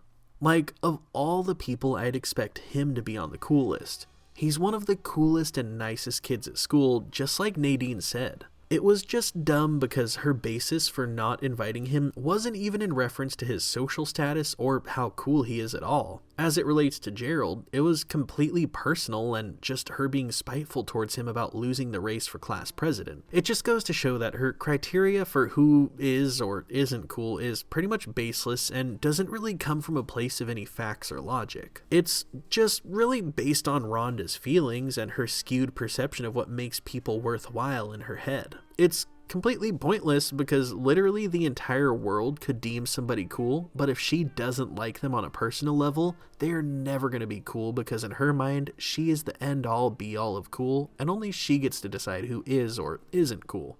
It's obnoxious, and I'm happy that Helga of all people was able to brush it off and call it for what it is. Everyone was super bummed about not being on the coolest, as if what Rhonda thinks even matters. She's literally a little kid at one of many public schools in their city. She straight up doesn't even have any sway over anybody, not even Nadine. Like, from the start, she was arguing with Rhonda over the fact that Gerald wasn't on the cool list. Then, by the end of the episode, you could tell that Nadine was just so done with Rhonda and her snooty attitude. That's her own best friend, and even she wasn't buying Rhonda's whole cool list nonsense. That's another thing about Nadine that I want you to keep in mind for later, because we're going to end up circling back to all this. Definitely don't forget about Nadine's involvement in the events of this episode. Throughout this one, we would see Nadine, for the most part, carrying around the cool versus geek list for Rhonda. I definitely have to take a moment to dissect this list for a second though. On our cool side, we would see Arnold at the very top, Nadine, Katrina, Lorenzo, Iggy, Rex, Peapod, Connie, and Maria. Then, over on the geek side, we see Gerald, Harold, Stinky, Sid, Eugene, Sheena, and Joey. I'll say this much, seeing Arnold on the top of the cool list kind of surprised me. Not because he isn't cool, but because Rhonda and her perception of cool is very skewed. You'd think that she'd put Rex at the top of the list, or maybe Lorenzo because he's super rich, or even herself because she thinks she's the coolest thing in the world. I'd argue that Arnold is probably the coolest kid in school, so him being on the top makes sense. So rare Rhonda dub, I guess. Other than that though, Gerald being at the top of the geek list was just so uncalled for. She did him dirty, literally having this little drawing that's clearly his face in the geek corner. You can clearly see the shape of his hair as well as his nose and mouth, and that's very clearly Gerald. And obviously her targeting him like that isn't really stemming from anything he did to make him a geek, it's solely because he beat her for class president and she wants to be mean to him as a result. Another thing that really bothered me about this episode is the fact that all of the other kids got mad at Arnold for him getting invited to Rhonda's party. It was really uncalled for considering that it's not like he's the one who gets to pick who gets invitations, and furthermore, he was strongly considering not going because he saw how hurtful it was to his friends. I totally get why they were upset. They were excluded and Arnold was one of the chosen ones. However, he isn't the one that made that decision, so them getting angry at him was, again, really uncalled for. It was just a simple case of misplaced aggression. Moving on from there, I definitely have to touch on Rhonda's party and how awkward things got when Rhonda introduced Arnold to Rex Smythe-Higgins. At this point in the series, we've already seen the two of them interact on multiple occasions, and they have this weird back and forth that's made a lot worse by their grandfathers being mortal enemies. It's kind of like an arranged marriage, but instead it's arranged mortal enemies. It's kind of like because their grandfathers hated each other, they're destined to have to compete with each other until they are old men as well. Another thing I definitely can't look over is how hilarious it was when Eugene talked about his unfocused rage and snapped that ruler in half. All the meanwhile, he just has the happiest demeanor and smile on his face. I swear, this kid doesn't have an ounce of rage in his body. He just wants to be included like everyone else. I appreciate Eugene a lot, especially after the video I did about him a while back. The last thing that I really need to touch on in this episode is Curly. I talked about him in the pilot for Dark Side of Harold, touching on an episode that kind of implied him being a school shooter. He's a very complicated and honestly kind of a deranged character. In this episode, we see him threaten to free all the animals from the zoo, and by the end, he did it single-handedly.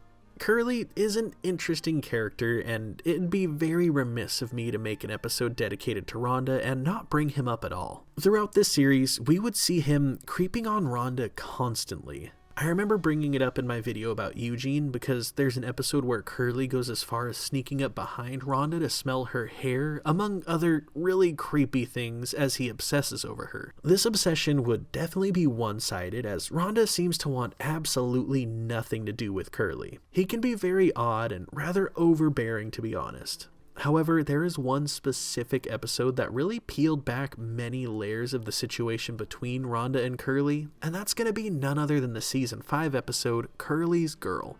This episode begins early in the morning near sunrise as Rhonda is getting ready for school and talking with her dad.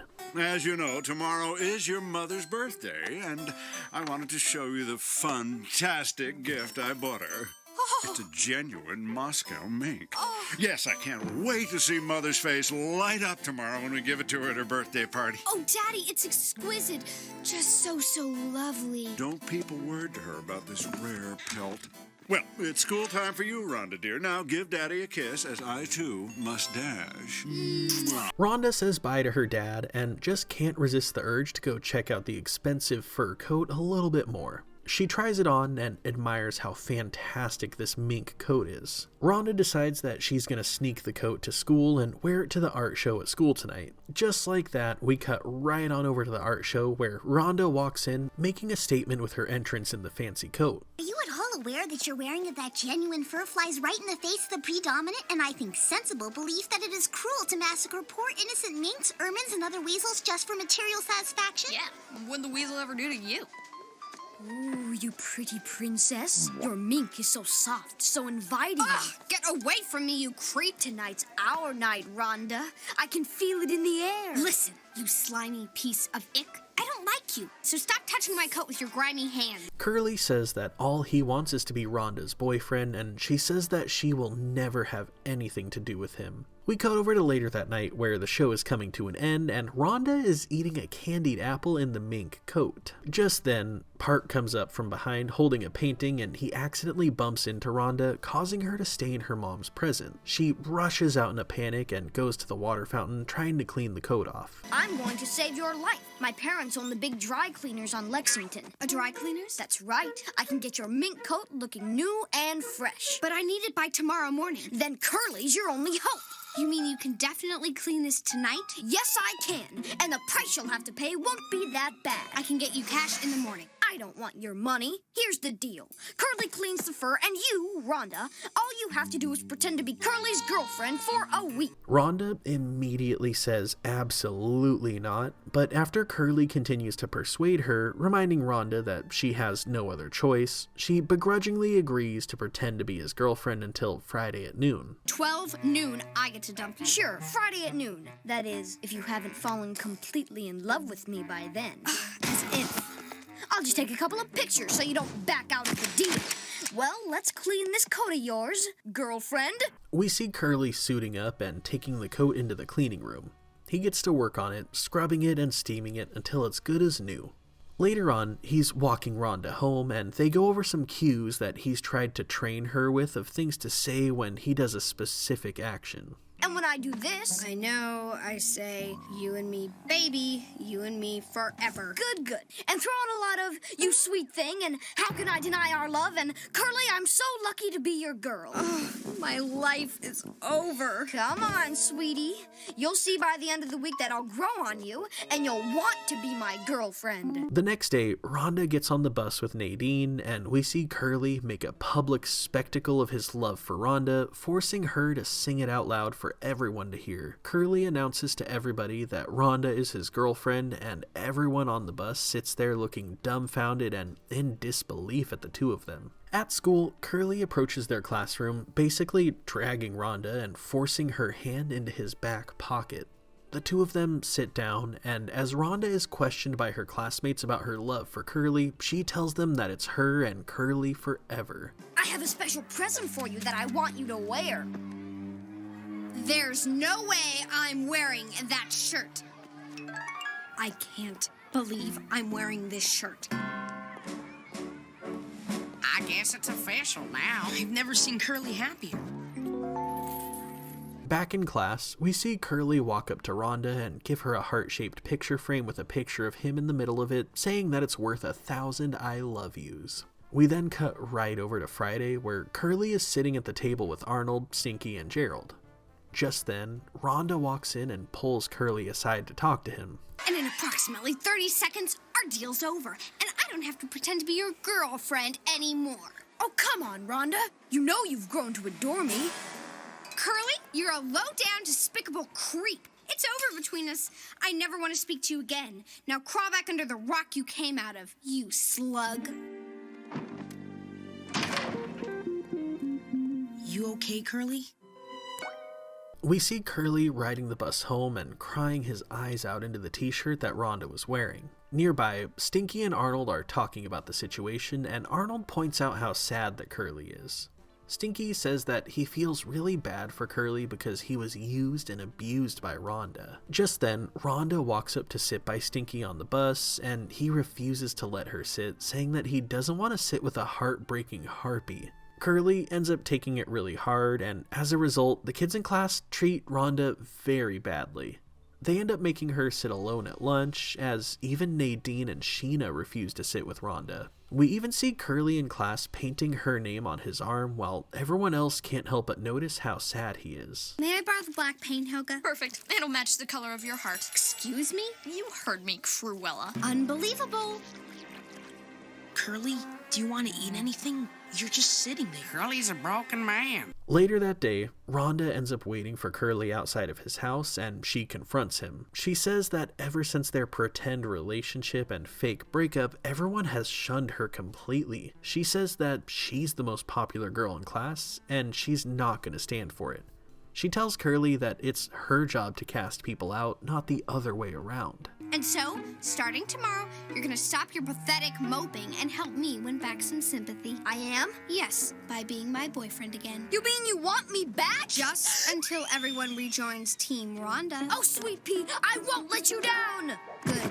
Now get off my leg. The next day at school, we see Curly and Rhonda walking up together and laying it on heavy, with Rhonda really putting an emphasis on how much she loves him. We see her giving him a framed picture of her, just like he did previously, and when she gives him a shirt that says Rhonda's hunk in front of everyone in a rather public display, he decides to plant one on her. Caught off guard by this, Rhonda says that she needs to run to the ladies' room. Why couldn't someone else have borrowed their mother's mink jacket and be in this disgusting situation? I mean, could he be any grosser?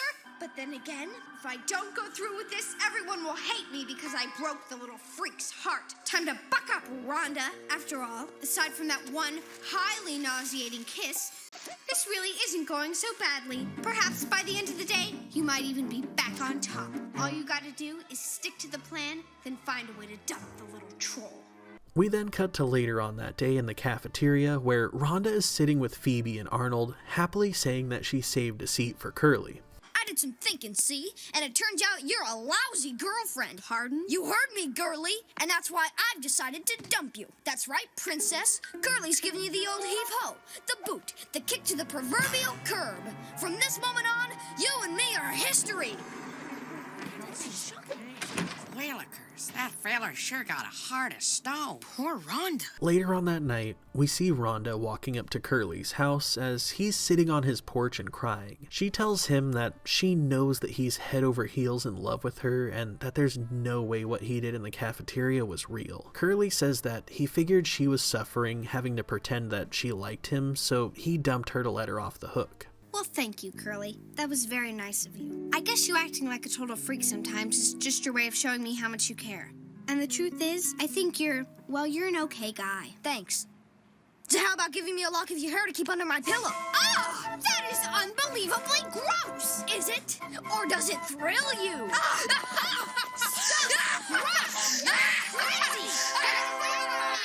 Right out the gate, with this episode coming to an end, I just have to say that I recognize that this is widely considered to be one of the worst episodes in the series. Honestly, I kind of agree with that. This one was just kind of uncomfortable for many different reasons. I can say for certain that this episode has aged about as gracefully as a glass of milk sitting on the counter for the last 21 years. One of the biggest issues with this episode being the way that it seems to excuse and justify sexual harassment by painting Curly out to be the victim in the situation and making Rhonda be the bad guy.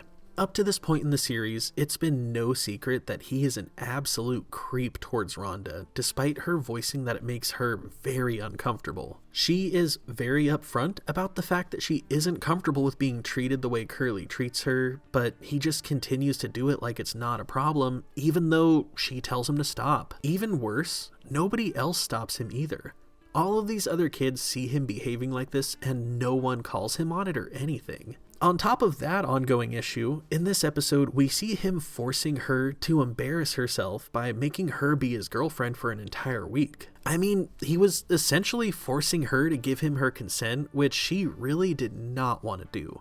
In her mind, though, it was put up with creepy Curly or face the wrath of her dad after she stained a very expensive jacket. She felt like she had no choice but to put up with him being like this, and it's like, in all reality, if her father knew that she was forcibly kissed without her consent and made to put her hand in this boy's back pocket, he'd probably be way more pissed about that than the jacket. That is, assuming that Buckley's morals as a father line up with that of any sane father. The entire situation is just messed up because everyone knows good and well that Curly is very weird towards Rhonda. He doesn't hide it, and she's constantly telling him to leave her alone. everyone also knows how unhinged Curly is as well. This is the same kid who literally freed all of the animals at the zoo single-handedly. However, even with that in mind, they don't really question much when Curly and Rhonda seem to be all of a sudden in a very weird and out-of-pocket relationship. All of these kids know good and well that she does not like Curly, but Helga is the only one to really question it at all. Then, when this very odd relationship comes to an abrupt end, everyone is quick to take Curly's side.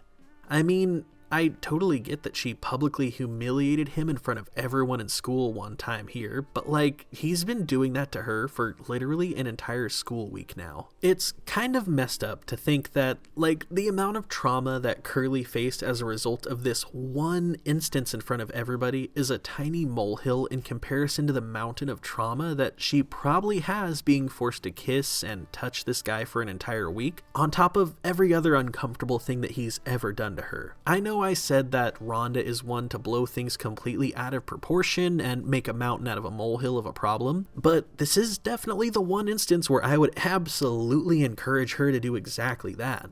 What Curly did to her was completely disgusting and manipulative. As far as the other kids go, I totally get that the way they perceived it was that breaking up with him so publicly was very much so a not nice thing to do. However, that doesn't make it any less frustrating that this group of kids seem to look at the world so black and white. It's like they perceive the situation as if the person who instigates the breakup is the bad guy by default, and the person that got broken up with is the victim regardless of any circumstances surrounding that breakup. This was the case both when Rhonda dumped him in front of everyone and when he dumped Rhonda in front of everyone. It's just so frustrating seeing this group of kids take everything at face value and connect their own dots in their head in regard to the situation, instead of maybe, asking Rhonda about it so that they could hear her side of the story. I will say this much though, Curly gives huge predator vibes a lot of the time, but especially in this episode. The way that he essentially forced her into this fake relationship, then proceeded to claim that he's gonna make her love him by the end of the week, all the meanwhile straight up forcing himself down her throat very obnoxiously. It was really scummy and gross behavior, and he's really dumb for actually thinking that this would work. It just kind of gives creepy Harvey Weinstein vibes, and I really don't like it. The kind of icing on the cake in a weird way though was that part where he throws the jacket back at her and says that he's going to take a couple of pictures so that she doesn't back out of her end of the deal. I mean, come on, man. I get wanting some kind of collateral to make sure that she sticks to her side of the bargain, but the symbolism here of him doing that in combination with trying to force her into a romantic relationship was just weird and very off-putting. I definitely have to say that I remember this episode very clearly from seeing it when I was a kid, and I remember it making me uncomfortable back then as well. I remember back then thinking how weird it was that in the end they show Curly sitting on his stoop crying his eyes out, and it's almost like they're trying to make you, the viewer, feel bad for him. However, he's the bad guy in this story. He's the creep who was perving on this poor girl who very directly told him to knock it off. It just felt really odd that they tried to paint him in such an innocent light when what he did was very inexcusable.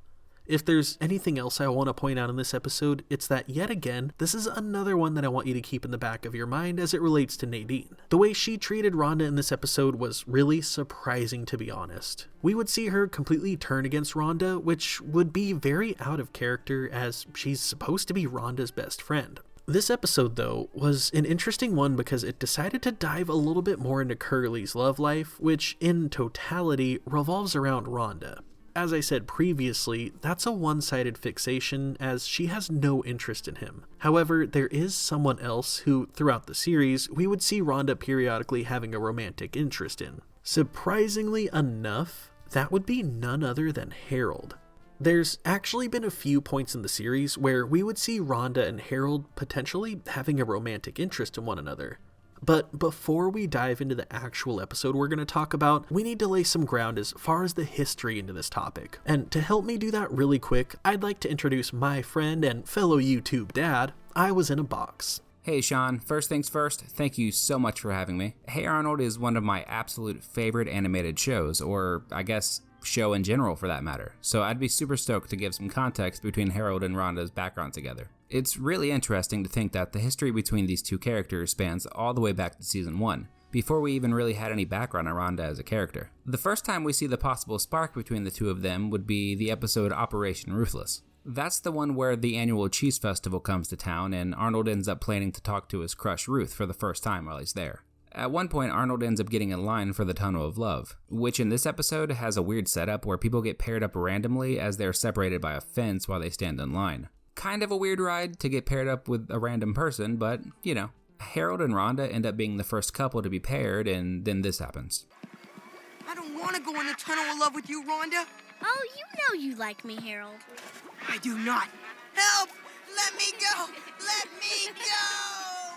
Other than that, we would see the situation basically replicated in the season 4 episode, Love and Cheese.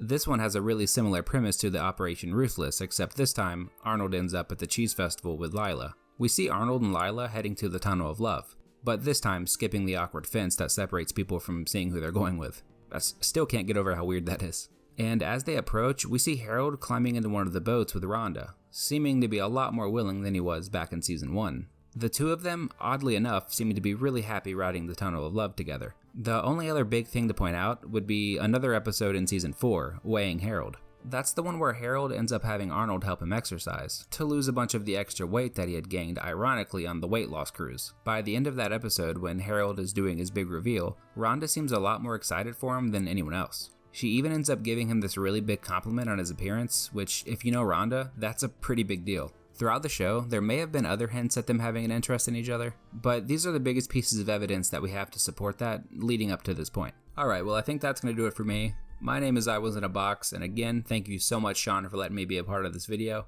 Catch you guys later. Peace. Thank you so much, I Was in a Box. You hit the nail right on the head.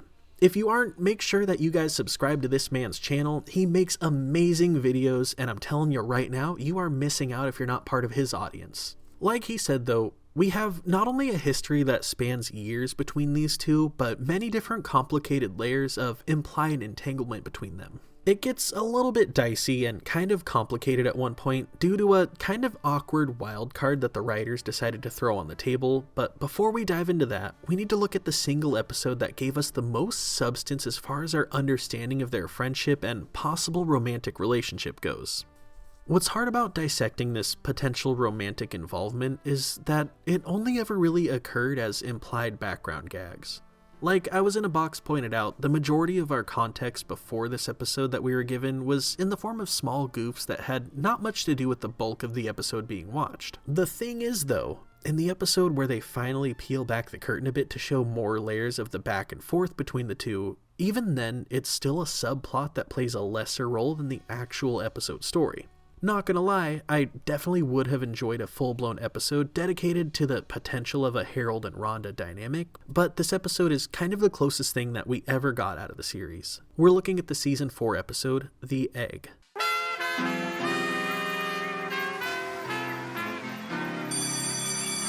As this episode starts out, we see Mr. Simmons standing in front of his class explaining a project that he's put together for them. In an effort to teach responsibility and teamwork, he's going to be partnering them up and giving each team an egg that they're going to need to focus on keeping safe and caring for over the weekend. The expectation is that come Monday morning, the kids each return with their egg completely intact without any harm done to it.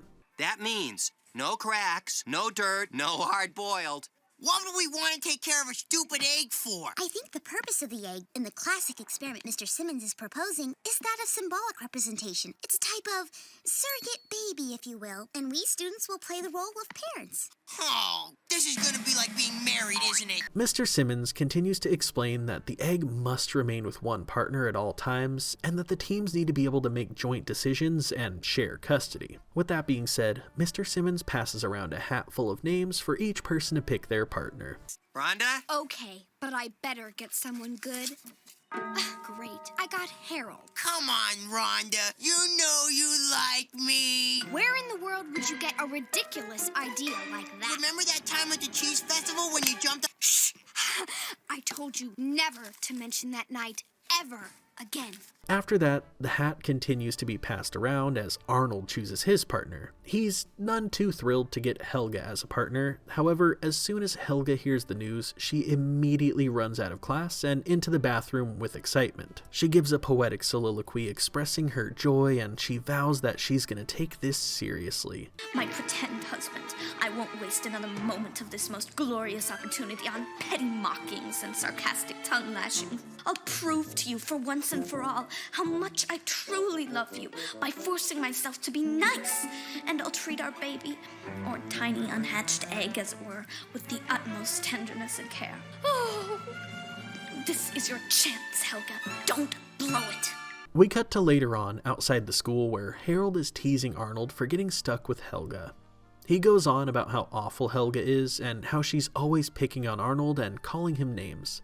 It's clear by his demeanor that Arnold is not only annoyed with Harold, but very unhappy about being paired with his bully. In an act that's admittedly out of character for Arnold, he tells Harold that he has a plan.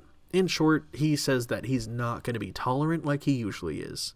He's going to lay down the law and let her know that her bullying is not going to be put up with in this project. Harold laughs at him, thinking that his plan is useless, and we cut right on over to the city bus. Arnold, there you are. I've been looking all over for you. Look, Helga, before you say anything, I just want to let you know I've been thinking. And if we're going to have to work together on this egg project thing, then we're going to have to set a few ground rules first. Well, yeah, I've been thinking too, and there's no reason why we can't try and by ground rules, I mean no yelling at me, no insulting me like calling me football head, and no complaining. Right, that's exactly what I'm trying to tell you. Because to be perfectly honest, you're pretty much the last person I'd want to pretend to be married to. Helga keeps trying to finally tell Arnold that she's planning to be nice and really wants to get along with him, but unfortunately he just keeps interrupting her and talking over her. The conversation boils over and reaches its tipping point when Arnold says that he would have much rather been paired with somebody who he gets along with, specifically Lila. As long as we have to do this project together, I'm willing to try and put our differences aside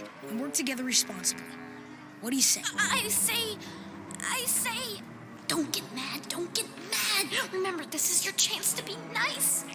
I think you're a big dumb jerk. Helga continues to pop off and call him dumb for having his head in the clouds, and he responds by saying that at least he isn't yelling and scowling all the time. Having clearly reached an impasse due to unfortunate circumstances, the two end up going their separate ways, and unfortunately, neither of them notice that their egg is still sitting on the seat as they both get off the bus. The two walk down the street, and Arnold offers a compromise that will keep them away from each other. He proposes that he takes the egg for today, drops it off to her tomorrow, and she'll just bring it to school on Monday. We don't have to see each other or talk to each other at all. Fine. Okay, give me the egg.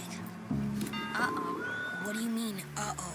Don't tell me you lost the egg, Helga. I didn't lose it, Arnold. We just must have left it on the bus, that's all. What do you mean, we? Hey, we're both responsible for it, aren't we? Yeah, but you had it, and you left it on the bus. Yeah, well, maybe if you hadn't been yelling at me the whole time, I wouldn't have forgotten it. Arnold suggests that they go down to the bus station to see if they can track down the bus, hoping that the egg is either still on it or at least hasn't been thrown in the trash yet. Meanwhile, at Rhonda's house, we see her and Harold sitting on the couch together as he's munching on some popcorn. As Rhonda dresses their egg in a bow, makeup, and a skirt, Harold questions what she's doing, saying that it's just an egg and that there's no reason to dress it up. It's not just an egg, Harold. It's our baby, and we are its parents. Aw, gee. Harold, you're not taking this seriously. I don't think you even really care about Courtney. I think perhaps you should take Courtney home with you tonight. The two of you need to bond, and you better take good care of her. If anything happens, I swear I'll... Don't worry, I won't let nothing happen to the stupid egg. We cut back on over to Helga and Arnold, who are at the bus station. Helga ends up ripping him a new one because the egg wasn't on the bus, and he reminds her that this is all her fault because she's the one who left it behind. Helga angrily denies accountability and forbids Arnold from bringing that up anymore, and we cut right back on over to Harold, who's sitting at home with his and Rhonda's egg. I'm hungry. I gotta get something to eat. Oh no! I went to the market, back in an hour, love Mom, and... An hour? I can't wait that long, I'll starve! We see Harold racing through the kitchen voraciously as he searches every last nook and cranny for literally anything to eat.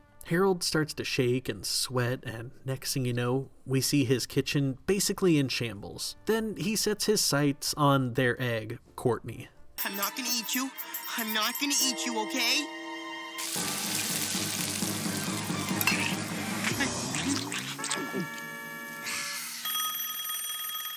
Hello? How's my little darling this morning? Oh, I'm fine. Not you, Harold. I'm talking about Courtney. Courtney? Huh. Courtney's just, she's fine. Rhonda is happy to hear that Courtney is doing just fine because she's going to be there in an hour to pick her up to go shopping. Harold looks down at Courtney, just mortified with what he's done, and we cut right on over to Helga and Arnold, who are going around town putting up flyers for their missing egg. Helga thinks that this idea is dumb, but regardless, they go back to Arnold's house to sit and wait for calls. After about 4 hours, they finally get a call and the two of them head off to get their egg. They get to this sketchy looking run-down house in a bad part of the city to be met by a guy who claims that he has their egg, but Arnold takes one look at it and knows that it's definitely not their exact same egg. Helga slams the door on the guy's arm to get their money back, and we see the two of them leave defeated. They walk down the street until they come across Oscar, who's standing outside pretending to be blind and begging for money, which in and of itself is pretty messed up, and oddly enough, neither Arnold or Helga question the morals of what he's doing. He tells Arnold that some lady called saying that she has Arnold's egg, so he had his wife Susie write down the address.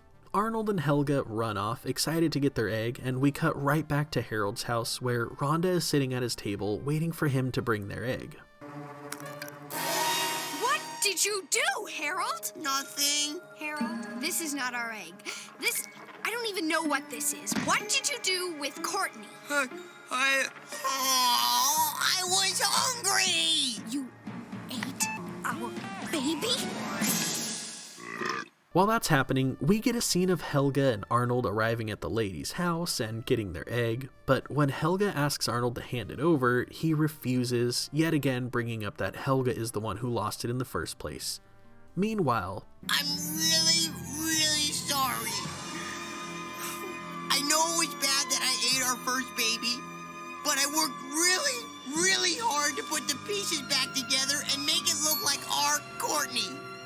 Well, it isn't the same, but it is kind of cute. Okay, Harold. I suppose we can just take care of this new baby instead. After that, we cut over to the city park where Helga is still demanding that Arnold give her the egg. She tries to compromise, saying that she'll give it back tomorrow, but when Arnold finally agrees, he comes to realize that he's also lost their egg. Helga suggests that they retrace their steps to find the egg, but when they come up short, they find themselves at the exact same spot where they started, as they're quickly losing daylight. Helga takes this as the perfect moment to rub Arnold's nose in the fact that he lost the egg. Arnold finally calls her on it, saying that ever since they started this project, she's been nonstop yelling and arguing with him. Don't put this on me, football head. When we started out on the bus, all I was trying to do was be nice and get along with you. That's not true. Yes, it is. But you didn't even give me a chance. You jumped all over me. You said I'd rather work with anybody else on the planet but you. And ever since then, all we've done is argue.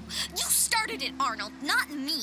Well, can you blame me? I mean, most of the time you're just mean.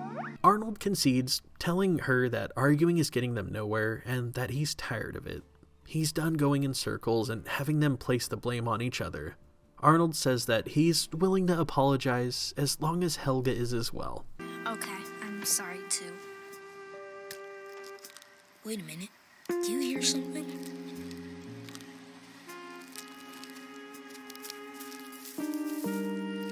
Our egg! Helga, it's hatching. We cut right on to the next day at school, where we see Arnold wrapping up the whole story. He tells the class about how they finally put their differences aside and stopped fighting, and when that happened, not only did they find their egg, but it hatched into a healthy baby chick. Oh, Arnold. Helga, that is just the most inspirational story I have ever heard. You two have shown us that teamwork and responsibility can indeed bring very, special rewards, even miracles. I'm in awe. Aw, get a grip, Simmons. The only miracle around here is that I survived an entire weekend with a football head. Oh, and I suppose hanging around with you was some kind of treat? Oh, please, Arnaldo. You would have been lost without me, and you know it. In your dreams, Helga. Now, right on the heels of that ending, I want to circle back to my original point that, again, this is kind of the farthest look we got into the dynamic between Harold and Rhonda, and even with that being said, they were really a partial subplot of this episode. However, despite that, the lesson that they taught us is certainly one of high value. Before we get into that though, I just want to touch on a few things that aren't really directly related to Rhonda. First of all, this experiment is kind of dumb. Like, who's to stop one of the groups from just putting the egg in the fridge all weekend and taking it out on Monday morning? In that case, it would have just safely sat in the fridge all weekend and would have made for what I'd consider to be one of the easiest A's of all time. On that same note though, why didn't any of these kids just go buy a replacement egg? That would have solved everyone's problems here in all reality. There isn't exactly a way that Mr. Simmons could have told the difference as long as they get one that looks similar. It's not like he measured every single team's egg to make sure that they're bringing the same exact one. Sure, it would have been dishonest, but just saying, Mr. Simmons made it incredibly easy for these kids to cheat if they wanted to. Apart from that, how sad is it that this is finally the one time that Helga decides to make a concentrated effort on being nice to Arnold and actually follows through with it? However, by this point in the series, Arnold is just so fed up with her mistreatment that he doesn't even approach the situation with any open-mindedness. Like, seeing Helga actually trying to be nice but getting trampled over really hurt. This episode really could have been a big turning point for their friendship, or even further, but unfortunately, it's too little too late for Arnold. He's so fed up from dealing with her bullying that not only is he unwilling to hear her out in the beginning, but he ends up being spiteful and pointing out on multiple occasions that Helga was the one who lost the egg. As a result, Helga, of course, responds by telling him that he isn't allowed to bring that up, as she refuses to take any accountability or even apologize. She more or less says that the topic is forbidden. Then, of course, when the roles are reversed and Arnold is the one who lost the egg, Helga feels that she's well within her rights to constantly bring it up and drag him for it in an effort to take him down a peg because her feelings are hurt. Now, in all reality, neither of them are really in the right, and this is a really interesting portrayal of a lack of healthy communication in a dysfunctional relationship. The fact that a show like Hey Arnold tackled a topic like this is amazing in my opinion. It's interesting to me because topics like this, dysfunctional relationship, toxic communication, lack of accountability, etc., are all things that definitely go over kids' heads in a literal sense, but the way that they portray these topics as it relates to the story being told has a high likelihood of actually sticking with these same kids subconsciously. The beauty of that is that it has the propensity to come across in multiple different facets, each of which is kind of tiered to a specific kind of viewer. If you're a viewer that resonates with Helga, you might focus on her part of the story, which has themes of lacking in healthy communication, refusing accountability, and steps to a healthy conclusion. But guess what? If you're a viewer that resonates with Arnold, you're going to be focusing on his part of the story that contains the same exact themes coming from a different angle. But hey, if you don't resonate with either of them, there's a chance you might be focused on Harold and Rhonda's arc of the story, which has very similar lessons that could be learned subconsciously by witnessing the interactions between them. It's amazing to me because both of these arcs portrayed what would be considered a dysfunctional relationship, but through different lenses with different outcomes. Whereas Arnold and Helga's story focused around a dysfunctional relationship with a basis of fighting, toxicity, and little to no forgiveness, Rhonda and Harold's story did essentially the same, but showed the value of solving those problems early on in a healthy manner. While Helga and Arnold remained at each other's throats until the last second, Rhonda and Harold moved past that rather quickly and didn't fight. Something dysfunctional happened, i.e.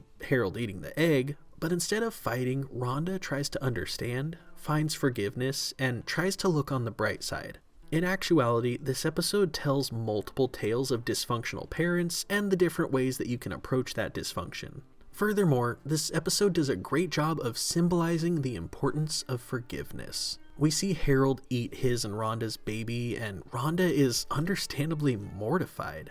However, she takes a deep breath, lets his apology soak in, and decides to see the positivity through the negativity as she points out how cute the egg still is. On a broader level, this obviously shows us how much easier things can go when you stay calm and approach things with a level head, but it's also a very, very great way to show how much forgiveness can impact someone. This goes for both Rhonda and Harold's situation, as well as Helga and Arnold's. As it pertains to Rhonda and Harold, this forgiveness seemed to give Harold a new life as a surrogate dad. At first, he's not only hating the idea of this project, but also hating the idea of pretending to be married. Then, his dysfunctional side shows to its fullest extent, and he makes a mistake.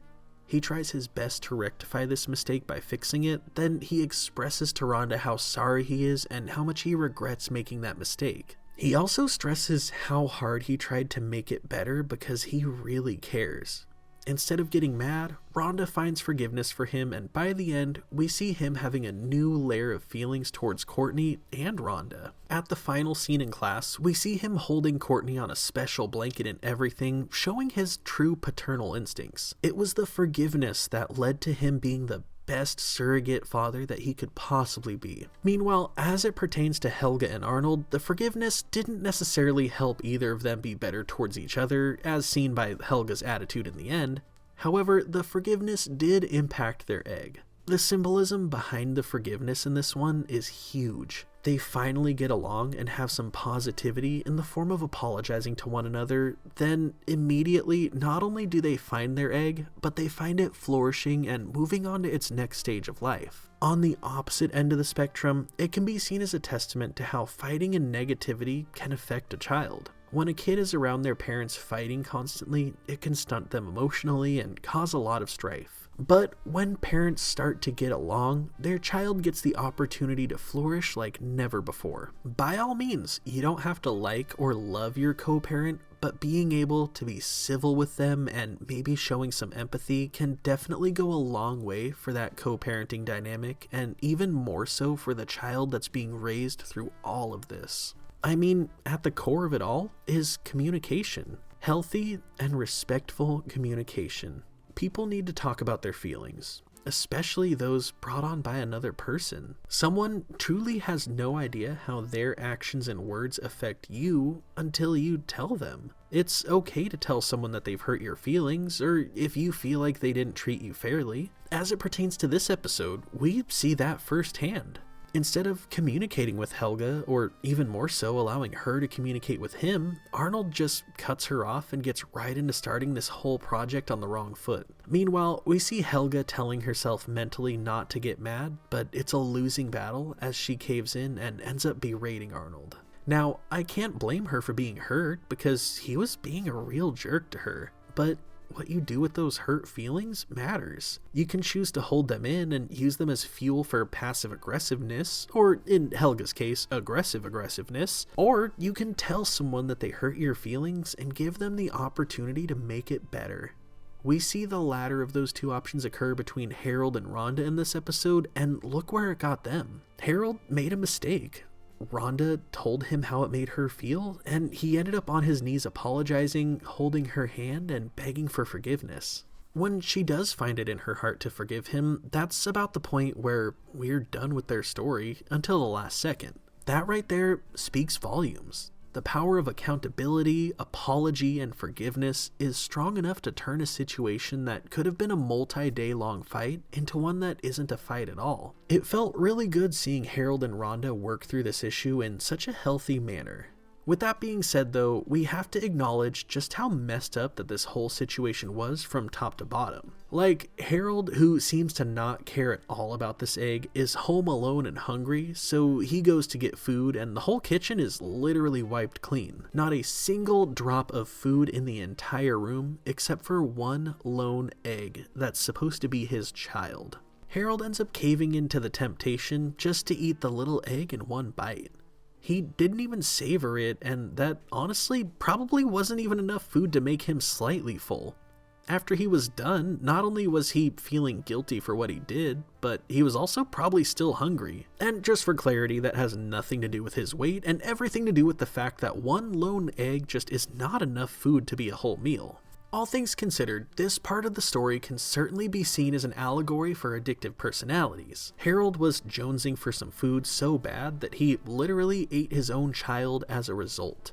Sure, it was actually just an egg, but the symbolism is still there. There are people in this world who will do awful things, even to their own children, just to satiate their addiction, and it's incredibly sad. With that being said though, Harold was lucky to get paired up with somebody like Rhonda, who was able to help him see the error of his ways and show him that forgiveness is still an option in a way that didn't have to involve some massive falling out or fight. Now, going in a slightly different direction from there, one specific aspect of this episode is very interesting to me, especially if we keep in mind the context that my friend I Was in a Box laid for us. Like I said earlier, this one really gave us the furthest look into the possible romantic entanglement between Harold and Rhonda that we would ever get in this series.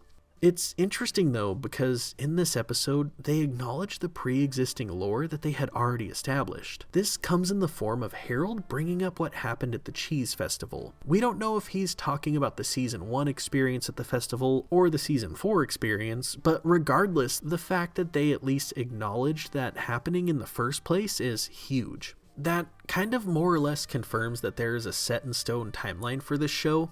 Them referencing past episode tells us that though there isn't an overarching story to consume, the events of the episodes occur chronologically. So with that in mind, we need to dive into the kind of complex situation that is the potential feelings between Rhonda and Harold as it relates to the implication of Patty and Harold being romantically involved with one another. In this episode, though we do see Rhonda and Harold forcefully paired together, the cheeky comment about the cheese festival, him holding her hand, and just kind of the overall vibe is enough to make us think that there might be a spark between the two of them potentially. That, of course, on top of the lore that was already established from past episodes.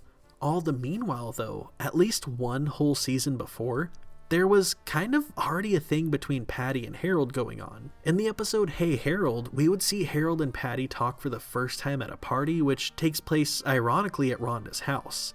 They end up having feelings for each other, and we see this actually continue all the way past this season and onto season 5 with the episode Harold vs. Patty when they arm wrestle each other and Patty wins. With that in mind, it's kind of odd that the writers snuck in tidbits of them shipping Harold and Rhonda throughout the series. Again, that goes as far back as the Cheese Festival episode from season 1.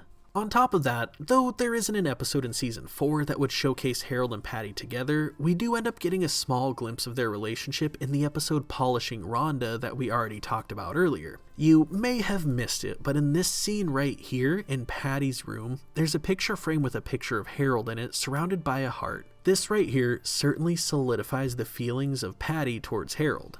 And previous episodes have solidified that feeling of Harold towards Patty. However, it's the potential feelings between Harold and Rhonda that would remain a mystery to this day. I honestly can't help but wonder if Rhonda maybe noticed the picture on Patty's desk, and possibly that had an influence on her being the way she was towards Patty at one point, outside of Rhonda just being a really vain person. We always had these small things that could have potentially been seen as possible feelings, but with that being said, nothing really as concrete as we got between Harold and Patty.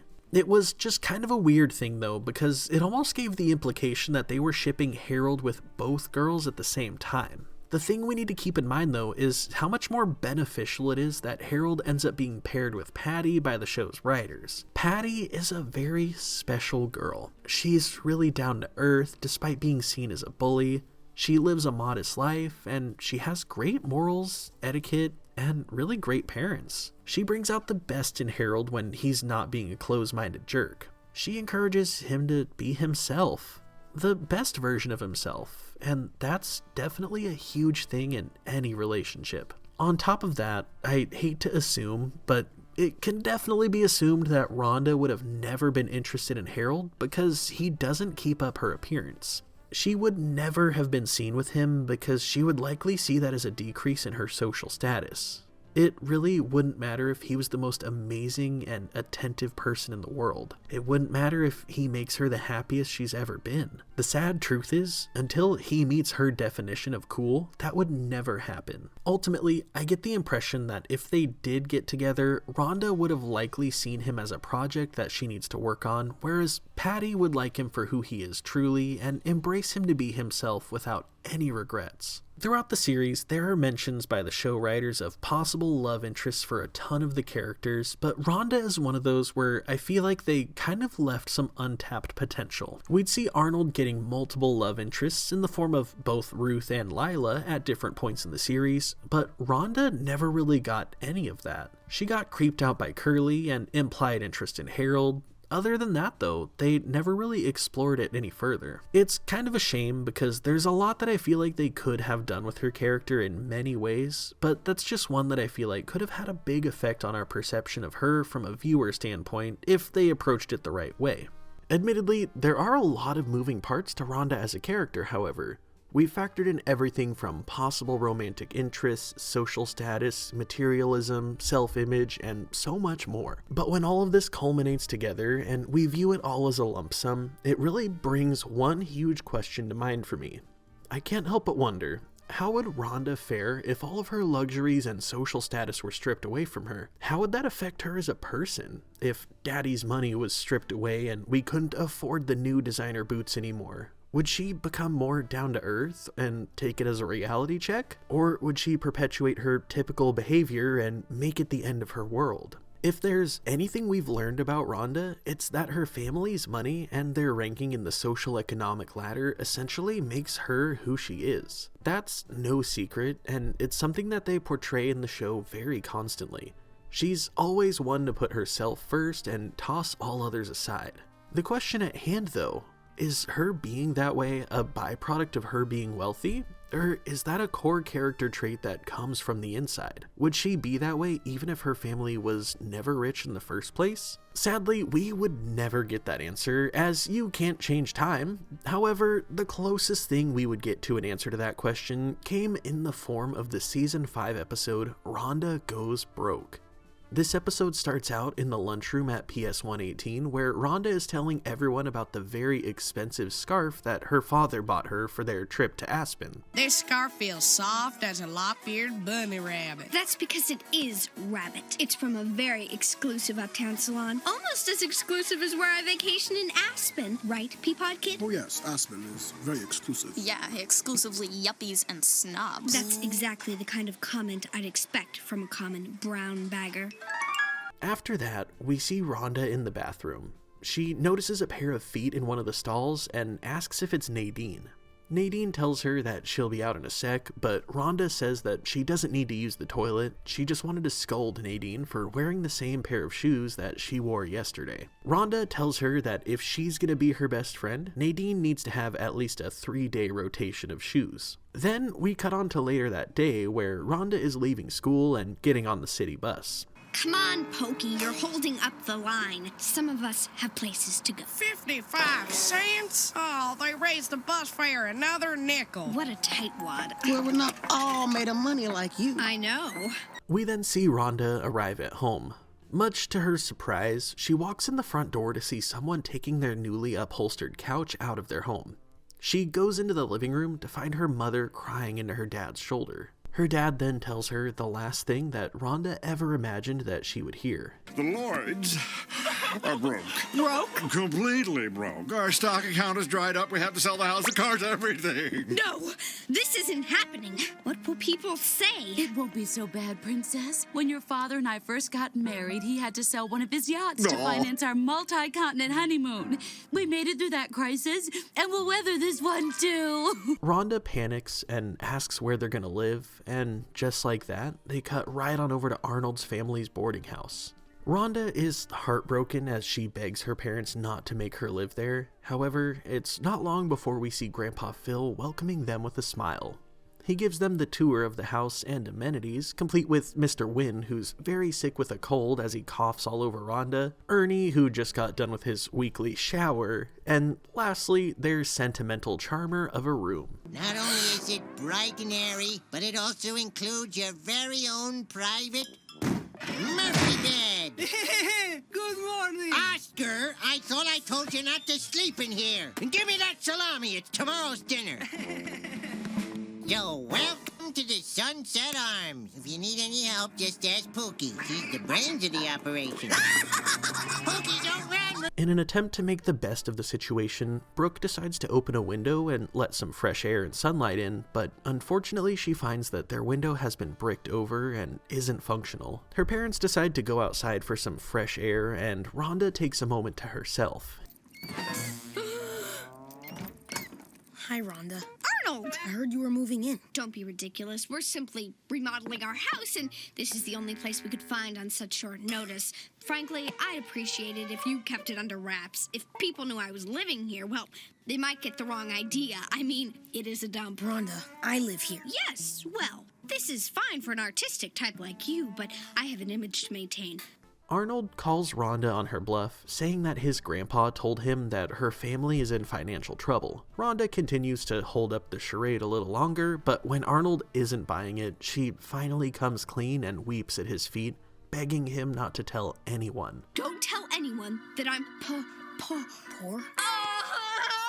Rhonda, no one cares if you're poor. Arnold, if so much as a peep gets out, I'll be ruined. Promise me you won't tell.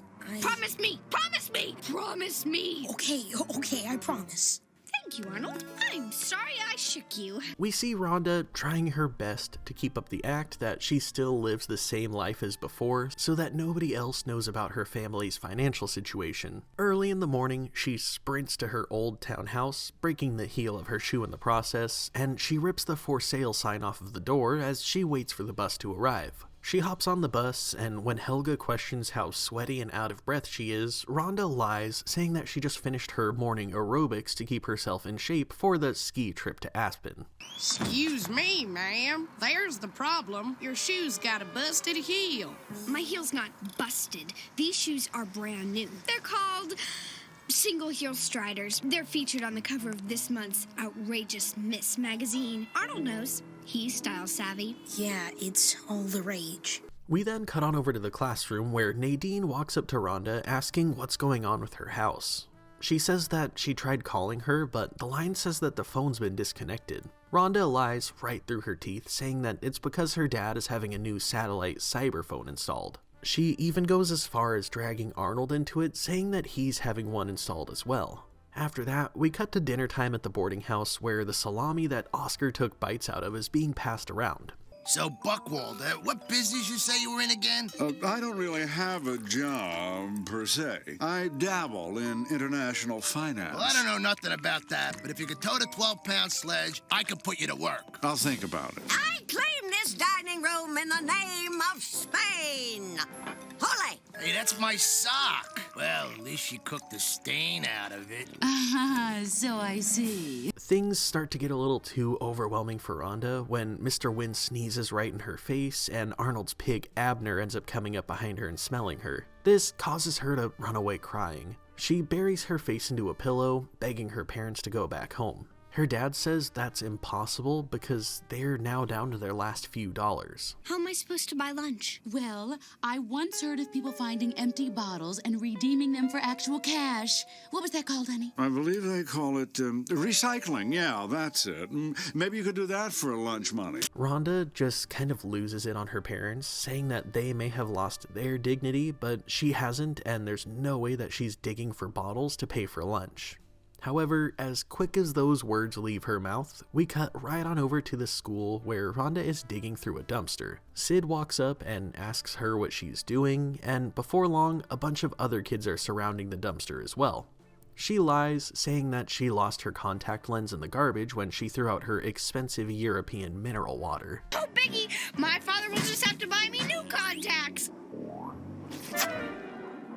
Looks like you have to buy me a new sweater for Aspen. too. I'm surprised that you're still going to Aspen, Rhonda. Why's that? Because the word at the country club is that your family's completely broke. My father's thinking of buying your house and turning it into low-income condominium units. We're like her hand. Fine, I admit it. I'm poor. P-O-O-R, poor. Rhonda cries her eyes out to all of these kids, saying that her family is having to live far below their comfort level, and she's having to skip meals while living in Arnold's boarding house as a result. She runs away crying, and we cut to later that day at the boarding house. Arnold overhears Rhonda in her room crying to her parents, begging for them to go home and be rich again. Now, Princess, you must buck up. After all, your mother and I are making do. Why, just yesterday, we played tennis at a public court. Oh, no! Some time passes, and we see Arnold coming to get Rhonda for dinner. She says that there is no point in eating because she's just gonna die of misery anyways. Arnold tries talking some sense into her, saying that literally anything is better than laying in misery and peeling wallpaper all day. Rhonda tells him that she just doesn't know what to do anymore. She used to go shopping or go to the movies for fun, but now that she doesn't have any money, she has no idea how to entertain herself or even be happy. I hate this stupid place! And I hate being poor! I only know how to be rich! Being rich is the one thing I'm really good at. Listen to yourself. Pathetic. I mean, just because you're not rich anymore doesn't mean you're a different person. You were Rhonda when you had money, and you could still be the same Rhonda now that you don't. Unless being rich is all you're about. Later on, we see Rhonda trying to approach life with a new lens. She takes down the shower curtain to sew it into a new outfit, and she takes her brown bag for lunch and decorates it with some markers. We then cut right on over to school, where everybody takes notice of Rhonda's new lease on life. She gets compliments on her dress and comments on her fresh produce lunch. Then, after school, she marches right past the other kids waiting to get on the bus. They ask what she's doing, and she says that she's power walking home because it's healthy and fun. Sid asks if he can join her, and next thing you know, the rest of the kids are on board. Just then, Rhonda's interrupted by the honk of a car horn approaching. Hop in, darling. I'll drive you home. Daddy! Where did you get this car? Turns out our stocks bounced right back. We're rich again. Oh, and I bought you another scarf, Princess. You'll need it when we go to Aspen tonight. Rhonda celebrates, just so happy that her family is rich again. Then she abruptly rips the hat off of her head and throws it, questioning what she was thinking by wearing these clothes in the first place. The hat lands in front of Arnold, and Rhonda stops herself, taking notice of him. Hold up a sec, Daddy. I just wanted to say thanks, Arnold. I never could have made it through my poor period without you. You taught me a lot. What's this? A tip. It's the least I could do. I know how people in your position appreciate these things. Huh? Ciao, doll! The other kids run after Rhonda's car as Arnold just simply stuffs the dollar in his hat as he walks away. Now, in my opinion, this episode shined a really interesting light on Rhonda. At this point in the series, we know an awful lot about her. This is the final season, so there's already a ton of established lore and context as far as her character goes. We already know that she finds happiness in money, material possessions, and fashion, but this episode is another one that really shoves her love for exclusiveness right in your face, much like how the episode Cool Party did. In this one, though, it's not on a personal level. It's not about telling the other kids in school that they aren't included in whatever she has going on. It's more in the kind of generalized sense of the elite. She finds extreme amounts of happiness and self-worth in exclusivity. She gets joy out of being one of the elites and not many other people being a part of her crowd. The entire first few minutes of this episode is basically dedicated to that. She goes at great lengths to talk about how exclusive the salon that she got her exclusive scarf from is, and how exclusive the place that they stay in Aspen is. It's kind of funny though, because to her, just simply being a part of that crowd isn't enough. Owning the things isn't enough. Going to the places definitely isn't enough. She has to have it validated by other people. In her mind, having all of this stuff is worthless if she can't rub the lower class's nose in it. She needs everyone around her who she perceives as less than her to be in awe by how amazing that she thinks she is. On top of that though, in a lot of these cases, even that isn't enough. she has a tendency to reach out to other exclusionary rich people for even further validation. We see this firsthand in this episode. Specifically in the beginning, when Rhonda is telling everyone about how exclusive the place that they stay in Aspen is, she turns over to Peapod Kid, essentially asking him to vouch for her as to how exclusive this place is. Now, the irony in this, to me, is just obnoxiously hilarious. Let's just kind of rewind for a sec to our wide shot of the lunchroom in the beginning of the scene. In this shot, we see Rhonda and her friends in the center, but then off to the back right is Peapod Kid, sitting all alone by himself. Again, the cool kid sitting all alone with no friends. This right here is essentially the ultimate level of exclusive. Being all alone and it's just you in the small little bubble that you've created by holding yourself above everyone else under the guise of being exclusive. This right here just had me thinking, what's the ceiling? Like, at what point will Rhonda be satisfied and not feel the need to boast her lifestyle in front of everyone around her? The simple answer is that there is no ceiling. This is a core character trait of hers, and until she ends up alone, just like we saw in the Cool Party episode, she's always going to be showing off for everybody around her. Now, by all means, if you have cool stuff and you want to share with people, or at least show them, that's totally okay. But you don't have to have the kind of, I have this and you could never have it mentality that Rhonda has. That just screams privilege and socially inept in general.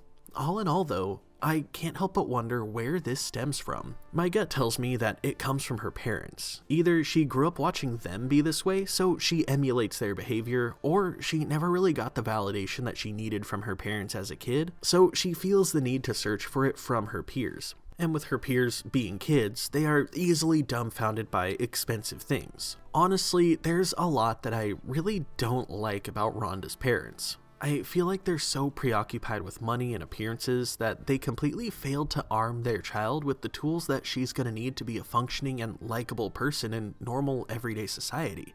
I mean, come on, like we saw earlier, their answer to her being a rude brat was sending her to a school where she's gonna get to interact with more people, quote, like her, meaning rich and snooty people. On top of that, it drove me nuts hearing her mom talk about how her father had to sell one of his yachts when they got married so that they could finance their multi-continent honeymoon. Now, just for clarity, the fact that that happened in the first place isn't the problem. The problem is that she compares that situation to them being literally broke and having their house and belongings repossessed. Like, just put that into context here. They lost all of their money and got kicked out of their house. The only other thing that's happened that compares to this level of bad to them is having to sell a probably $1 million boat so that they could travel across the globe. It's really just so gross, and honestly, I love it. You know good and well that cartoon characters like this are well written and that the voice actor and artists are doing a spectacular job when that character makes your blood boil by their actions and personality alone. Like, for example, my mother-in-law feels that way about Wanda from Fairly Odd Parents just because the tone of her voice is annoying to her. That has nothing to do with the production of the show or the quality of the character. That's a personal problem for my mother-in-law. With these characters, on the other hand, though, it's literally the way that their actions and personality are so close to rich elites in real life. I have to applaud the folks that made this show because, man, they did a great job of painting this picture and really making it feel like you're witnessing real people. There's a lot of things that contribute to this as well. For example, Rhonda using the term brown bagger in reference to the kids that bring their own lunch to school in a brown paper bag. I'm not sure if this is a real insult that anyone has unironically used at any point in history, but that didn't stop me from feeling it and just thinking, like, what in the privileged audacity just came out of this kid's mouth? Or like, for another example, her giving Arnold a tip in the end. Like, what is she even doing? This had to be the most socially unaware and oblivious thing that I have ever seen. Arnold doesn't care about money. He's able to afford his bus fare and his lunch, and he isn't hyper-fixated on keeping up appearances like Rhonda is, so that dollar, though it's kind of nice, I guess, isn't really all too meaningful to him. Arnold finds more value in character and actions, so I'm sure that he would have much more appreciated a thoughtful thank you and maybe a hug or something. With that being said though, Rhonda doesn't really understand those values. To her, the thing that she understands is money. That's what she knows, and that's what makes her happy, so that's what she automatically assumes will make other people happy as well. She even said herself, she, quote, knows how much that means to people in his position. This all plays directly into the social ineptitude that I was talking about. Rhonda doesn't do well with social cues and knowing her audience whatsoever. Basically, if it doesn't include spending money or fashion, she has pretty much no idea what's going on. She said it herself, all she knows how to do for fun is spend money. She's used to going to the movies and going shopping, and now that those aren't options, she has no idea what to even do with herself. However, I will point out that I find it kind of funny because, like, in this show, we've seen her out playing with the rest of the kids on numerous occasions. She plays baseball and other sports with them all the time. I mean, I get that the context here would make her feel embarrassed and not want to be around the other kids as she fears that they're going to judge her. But again, it doesn't make sense because we've seen her have fun while not spending money on many, many occasions. Regardless though, I definitely have to take a sec to talk about her fear of the other kids judging her. I mean, I can definitely see Helga judging her and being rude about her being poor, but that's because of A, Helga's personality, and B, we've seen Helga personally targeted and slighted by Rhonda in the past to make her feel like she's not good enough. Other than that though, when Arnold said that nobody really cares if she's rich or poor, he was telling the truth. I mean, I guess other than the other rich kids and Helga, nobody really cares where her family is financially. For her, that fear is just a projection of herself more than anything. She herself sees anyone who isn't rich as below her, and in her mind, all of these other kids are going to see her as less because she isn't rich anymore. When, in all reality, that's not a problem because she's pretty much the only person at PS 118 who does that. She sees a lot of her value in her family's money, and in her eyes, they're nothing without it. And honestly, that's kind of true. Her parents don't have jobs. Her dad doesn't know how to make money and provide for his family outside of the stock market, so, I mean, yeah, they're pretty worthless without their money. Ernie even offered Buckley a job, and he pretty much said no. Instead of providing for her, he'd rather make his daughter dig through garbage to find bottles to turn in so that she can buy her own lunch. Honestly, I think Buckley is a pretty crappy dad, not gonna lie. Earlier, when we were talking about the episode Curly's Girl, I brought up him being more mad at Curly being a creep than the jacket getting ruined, with that being on the basis that his morals align with that of any sane and normal dad. But honestly, this episode really made me question where this man's morals lie. Kind of moving in a different direction though, I definitely have to bring up the pep talk that Arnold gave Rhonda. He was really genuine in reminding her that who she is not based on how much money that her family has. When she kept crying about it and whining, he went as far as calling her out on how pathetic she was being. This right here honestly felt so good. In the first couple minutes of this video, I brought up how pathetic Rhonda is as a character, and it felt really good to see somebody in this show finally point it out and tell it like it is. Granted, he was saying that to build her up in an odd kind of roundabout way. It was still satisfying to know that someone said those words and that they landed on Rhonda's ears. I mean, come on, we're talking about the same girl who literally pestered a random girl in the bathroom based off of her shoe choice to see if it was her best friend in an effort to scold her for not having more than one pair of shoes. If that isn't pathetic combined with everything else we've seen her do in this episode, I don't know what is. It's not enough for Rhonda to hold herself to a ridiculous fashion standard, she has to go as far as dictating her best friend's outfit and shoe choices as well. That's just so hollow, and it shows that Rhonda cares a lot more about how Nadine looks than she does about Nadine as a person. Now, with that being said though, as we wind down and start to hone in on the end of this video, I want to turn my attention to and focus on the friendship that exists between Rhonda and her best friend Nadine. The foundation that they chose to lay for our basis of understanding in relation to their friendship isn't all too far out of the norm. They have a simple opposites attract friendship. On surface level, they're both girls in the same class, at the same school, in the same city. But outside of that, fundamentally, they are two completely different humans. Rhonda comes from a well-to-do family where she gets everything she wants handed to her. Her focuses in life are on all things cool, trendy, clean, and fashionable. Meanwhile, Nadine seems to live a more modest life as she focuses her time on nature and insects, not being afraid to get dirty in contrast to Rhonda. I will say this much. It really makes me sad that Nadine never really got her own episode that expanded on our understanding of her as a person, but that's a whole nother story. The point here is that despite their clear differences, the two girls have been close friends since they were 4 years old. Their relationship, though, is one that's admittedly flawed.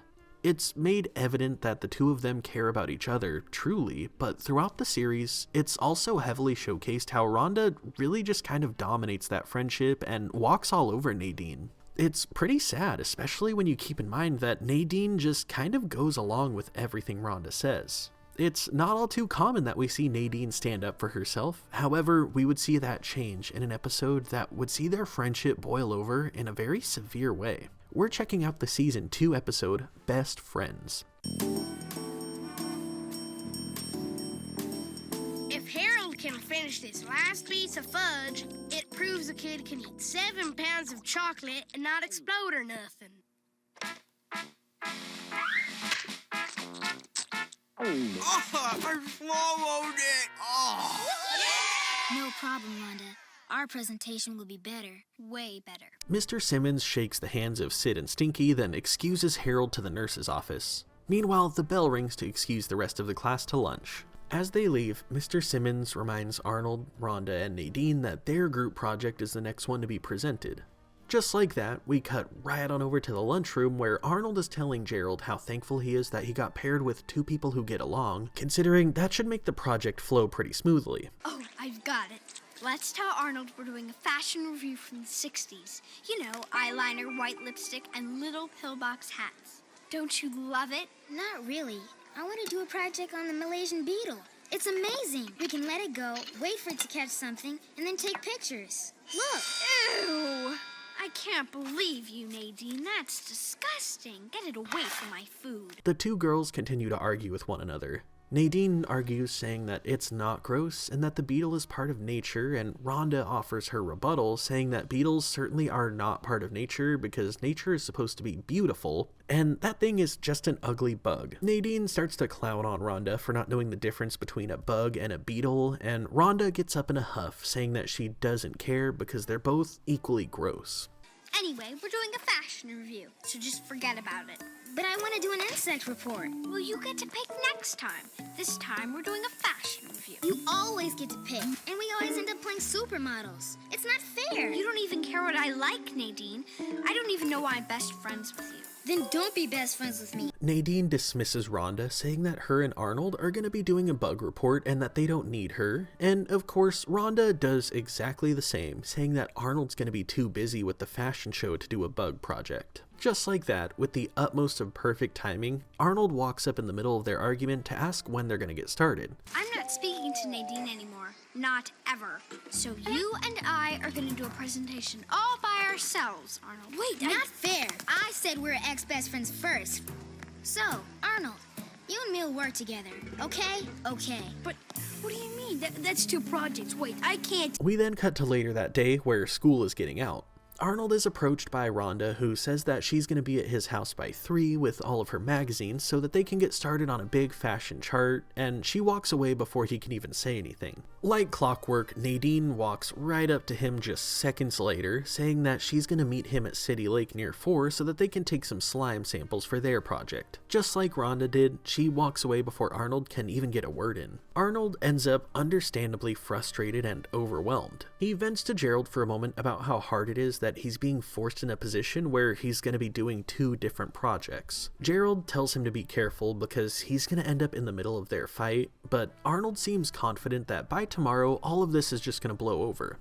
I'm telling you, Rhonda, I don't really know anything about fashion. Okay, tell me this. Do red and orange go together?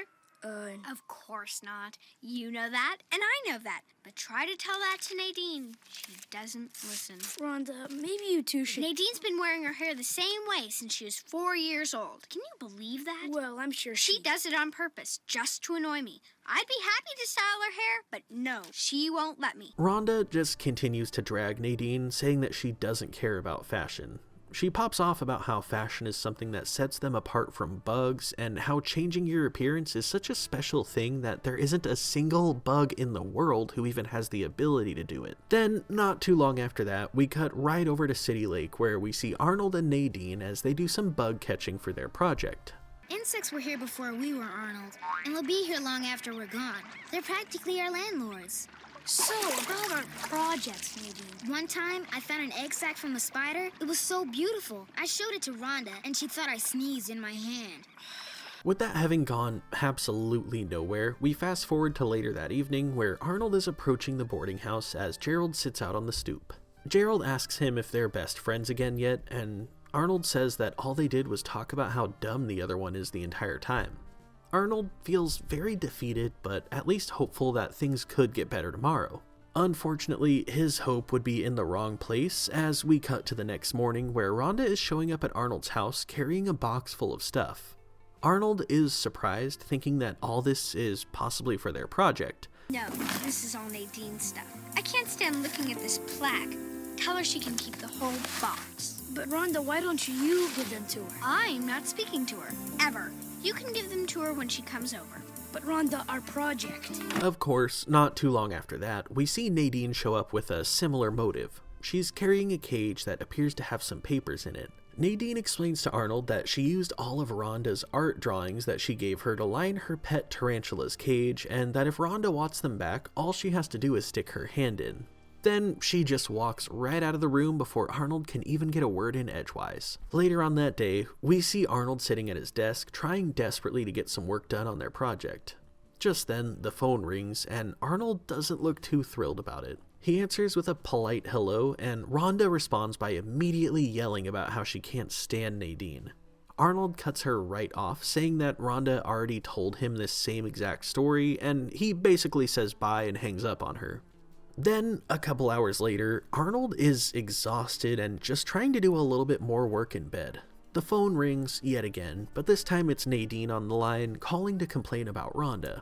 I can't recall if Rhonda's stupid birthday parties back to the time when we were 4. We all had to dress up as princesses. Hang on, Nadine. I got something on the line. I knew it. You're talking to her, aren't you, Arnold? What is she saying about me? You know, I just kept hearing this little beep sound, and I knew you were on the other line with her. Just chatting away, talking behind my back, weren't you? Nadine was always jealous. She's jealous, isn't she, Arnold? The next day at school, Arnold ends up getting beaned by a dodgeball because he's too tired from being called all night by Rhonda and Nadine. Gerald says that he told him not to get in the middle of it, but here he is trying to be the ambassador problem solver. Arnold tells him that he has to help them work it out because they've been best friends just as long as him and Gerald have. Okay, I see your point. So let's figure this out. Where were they when they started to fight? It was at lunch, Tuesday. Okay, so who was sitting at the table Tuesday? Well, there was Harold and Stinky. We cut to the lunchroom where Arnold and Gerald are having a talk with Stinky and Harold about what they saw occur between Rhonda and Nadine. Stinky remembers exactly what Rhonda smelled like, and Harold remembers exactly what Nadine was eating, but other than that, the two are little to no help. Thankfully, Phoebe ends up overhearing what's going on, and she comes over to give her 2 cents. She points out the obvious basic conflict in their relationship, each girl's inability to compromise combined with the lack of respect for one another. Arnold invites her to sit down as he asks for specifics about the fight that she heard them have. Well, both Rhonda and Nadine wanted to do projects that emphasize their personal strengths. But this time, Nadine was overtly hostile to Rhonda's normally dominant behavior. Thus, each girl felt her core interests were being trivialized. So what you're saying is they both wanted to do their favorite project, and neither one would back down. So both of them got their feelings hurt. Exactly. Though Arnold admits that the psychology of all this is tricky, he has an idea of how to tackle the issue in a healthy way. Later that day at the park, we quickly learn what Arnold has in store, as both Rhonda and Nadine arrive at the park at the same time. Okay, Arnold, what did you want to talk? Hey, that's no fair. You didn't tell me she'd be here. Okay, it's time to patch things up. I'm tired of being stuck in the middle. You guys have been friends forever and you think about each other all the time. Not anymore. Sure you do. Even when you're not speaking to Nadine, that's all you talk about. And you're the same way. You're both mad because you wanted the other one to change your mind. Well, quit acting like babies and tell each other you're sorry. Nadine says that she will if Rhonda will too, and Rhonda says that she will, but only if Nadine goes first. Ultimately, the conclusion is that both of them say sorry at the same time. They both count to 3 and apologize before hugging it out, and next thing you know, it's almost as if none of that ever happened. Okay, that's great, Nadine. Now listen, I know what we both can do. See, your bug idea's okay, but like my fast ruler's a whole other... Later on, Arnold finds Gerald playing baseball with the rest of the kids. He tells Gerald that he finally got them to be friends again, so Gerald invites him to play some ball with the rest of them. Just then, both Rhonda and Nadine show up to talk to Arnold. They tell him all about how thankful they are for him saving their friendship, and that they decided that they're gonna make it up to him by finishing the project so that all he has to do is just show up tomorrow. At first, Arnold seems excited, but then he gets kind of skeptical at their motives. Wait, what exactly do I have to do? Ladies and gentlemen, welcome to our one and only insect fashion show.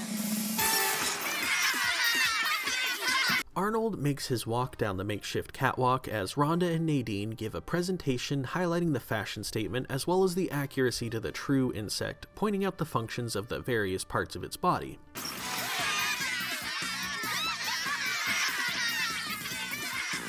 Wait a minute, how come I'm doing this? Sorry, Gerald. You always gotta get in the middle of everything. And now I'm a caterpillar. Just smile and move, okay?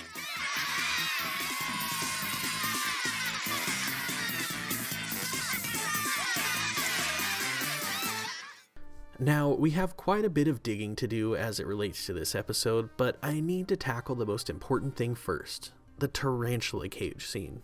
Like, I don't know about you guys, but I'd be pretty pissed off if someone came into my room with a tarantula, cage or not, and just left it there with me. That's straight up terrifying. Not gonna lie, I am absolutely horrified of big spiders. The small ones are no big deal, but once the leg radius starts getting bigger than a quarter, I start to get the creeps. I used to record all of these videos in my garage at my old house, and there were like legendary level 900 spiders in there. I'd be sitting there happily recording a video, and seconds later I'm sprinting the hell out of my garage because a spider the size of a small child decides that it wants to come out to play. In all seriousness though, it is kinda messed up that her, as a pet owner, just left the cage there with Arnold. I'm assuming he doesn't know the first thing about caring for a pet spider, and he doesn't even have any food for it.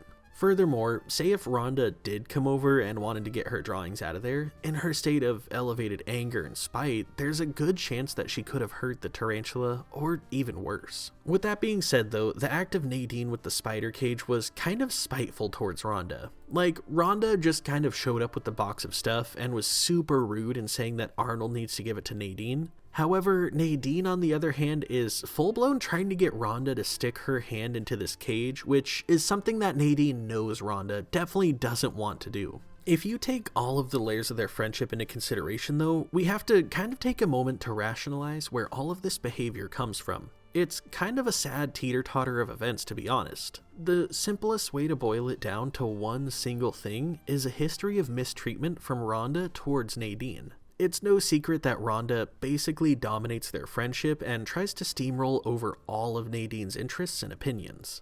For example, in this specific episode, even when they finally hug it out and make up, we hear Rhonda immediately fall right back into her usual ways seconds later. It's like she didn't learn anything from the whole situation. Outside of this episode though, we see this same kind of dynamic persist very consistently. In nearly every episode that features both Rhonda and Nadine, they're usually presented as Rhonda being in charge and calling the shots, while Nadine just kind of follows her and goes along with whatever she decides. Admittedly, it's a one-sided friendship in that regard. Like, we know deep down inside that the girls care for one another, but Rhonda really doesn't show that care very well at all. In this episode, when the fighting starts, we hear Rhonda tell Nadine that Nadine doesn't even care about what she likes, which we all know for a fact is definitely not true. Nadine may not be all about fashion and trends, however, she does go out of her way to placate Rhonda like a good friend does. She talks about how they always do her ideas, and it ends up with them playing models. Though it may not be Nadine's cup of tea, she still does it to show Rhonda that she cares and that she takes interest in what Rhonda likes. Rhonda, on the other hand, hasn't ever really taken any interest in what Nadine is interested in at all. As a matter of fact, she's actually blatantly rude to Nadine about her interests and calls them gross. Ultimately, it really comes down to the fact that Rhonda is a very self-centered person. She's always focused on looking out for herself and doing what she wants, to the point where she is very oblivious towards others around her. Now, with that being said though, as we reflect on Nadine and Rhonda's friendship, it's time that we circle back to cross a few T's and dot some I's. I feel like the constant mistreatment of Nadine by Rhonda certainly doesn't go unnoticed on Nadine's part. And I mean that specifically outside of the context of this episode. Like, in this one, Nadine clearly recognizes that she's being treated unfairly as they blatantly portray her being upset about it. Outside of this episode though, they never really show her being spiteful or resentful towards Rhonda specifically for being so self-centered. But it can be argued that instead of doing that, they intermittently have Nadine getting her revenge bit by bit. To be more specific, we're talking about all of the things from earlier that I suggested that you keep in the back of your mind. Taking it from the top, we have the Rhonda's Glasses episode that we checked out first. In this one, we see Nadine, Rhonda, and a few other girls walking in the hall. Helga points out that Rhonda sat in gum because she refuses to wear her glasses and can't see. In response to that, Rhonda gets her feelings hurt and asks Nadine why she didn't tell her. I'm not sure if you noticed, but Nadine never really answered that question. She didn't even defend herself by telling Rhonda that she didn't notice. She just simply didn't even acknowledge the question as she watches Rhonda get frustrated and walk off. Now, I'd like to think that if Nadine was trying to be spiteful, she'd maybe have a smile on her face or do anything that indicates any malice. By all means, the chance that she didn't notice is very high. It's not like she's constantly monitoring Rhonda's clothes. However, it also could be seen that maybe this is an indication of something deeper. Maybe she wanted to see Rhonda taken down a peg or two, so she didn't say anything. Who knows? We can say this much though. Nadine wasn't a very good friend towards her in this episode. We even see Nadine running around and trying to catch bugs at recess instead of hanging out with Rhonda like she usually does. Sure, maybe all of that is just circumstance, but also there is a chance that she could have been doing these things on purpose in hopes that Rhonda finally understands how horribly she treats her best friend.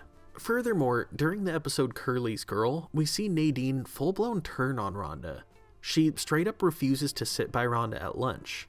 Now, this I certainly found odd because Nadine of all people should know the situation between Curly and Rhonda pretty well. Not in the sense that she knows the details of their agreement as it pertains to the coat that Rhonda ruined, but that she knows Curly is obsessed with Rhonda and that it makes Rhonda uncomfortable. Armed with that knowledge, Nadine should already know that Rhonda would never date Curly and that they were just pretending to be boyfriend and girlfriend.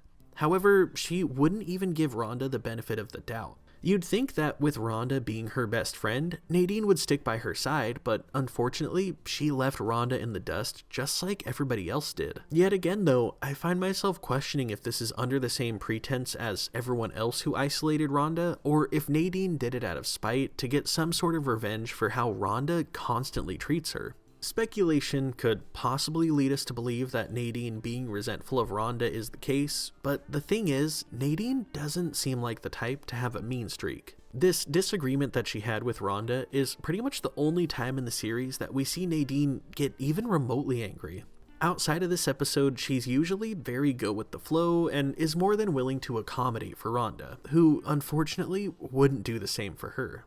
With that being said though, toxicity aside, the friendship between Rhonda and Nadine is a valuable one, all things considered. Though Rhonda certainly takes Nadine for granted, she's incredibly lucky to have her in her life. One of the biggest points to support that is the fact that Nadine is usually one of the only people who can get through to Rhonda. We see a great example of that in the episode Cool Party that we talked about earlier. Rhonda only invites the cool kids to the party and it hurts a bunch of people's feelings. The party ends up being absolute trash and people start dropping like flies. It isn't until even Nadine abandons her that Rhonda sees the error of her ways and comes crawling to Arnold's party hoping for forgiveness. Sure, it took a really long time, and Nadine went along with the whole coolest thing a lot longer than she probably should have, but regardless, Nadine ended up being the one who got Rhonda to see that she was being very exclusionary in the end, and she guided Rhonda to learning an important lesson. What it comes down to as it pertains to their friendship is that it's a complicated back and forth, but through and through, their friendship seems to be one that can stand the test of time, which in my opinion is great because Nadine really has the ability to help Rhonda be a better person. In conclusion, there's a lot that we could say about Rhonda Wellington Lloyd. She's a character that admittedly got a lot more complex as the seasons went on, and we got some more context to her character traits. It was really cool to see a character in this show kind of morph over time, from being more or less a filler character that didn't have very much depth to her personality, to a complex one that even got to be the star of a good handful of episodes. One of the biggest things that I took away from analyzing Rhonda's role in this show is that the basis of her character is essentially rooted in change. She is more or less a metaphor for change that the writers can apply to almost any scenario. If they need a character to start out the episode being a jerk and change their ways by the end of the episode, Rhonda is usually a frontrunner for that choice. Due to a combination of her naturally conceited ways and her father's vast fortune, she's kind of the perfect placeholder for a story that revolves around being humbled, learning the error of your ways, and doing better going forward. On the whole though, Rhonda is also a great example of growing as a person. When it comes to the Rhonda-centered episodes, there's usually a moral to the story and a lesson to learn that could potentially help a viewer be more mindful, be a better person, and be a better friend. From Rhonda's glasses all the way to best friends, the journey of Rhonda as a character is one that I feel like most people could truly learn a lot from and utilize to grow into a more empathetic person. But what do you think? Were you captivated with Rhonda's progression as a character over time? Did her actions help form you into a more mindful person growing up? Let me know in the comments down below. I always love seeing your guys' feedback. All the love in the world to my patrons, especially those of you guys in the true 90s kids tier. Thank you so much for helping me keep my family afloat. I appreciate you guys. If you enjoyed this video, be sure to leave me a comment and maybe give a little praise to the all-seeing algorithm in hopes that it pushes this video to everyone else. And as always, thank you all so much for watching, and I can't wait to see you in the next one. Peace.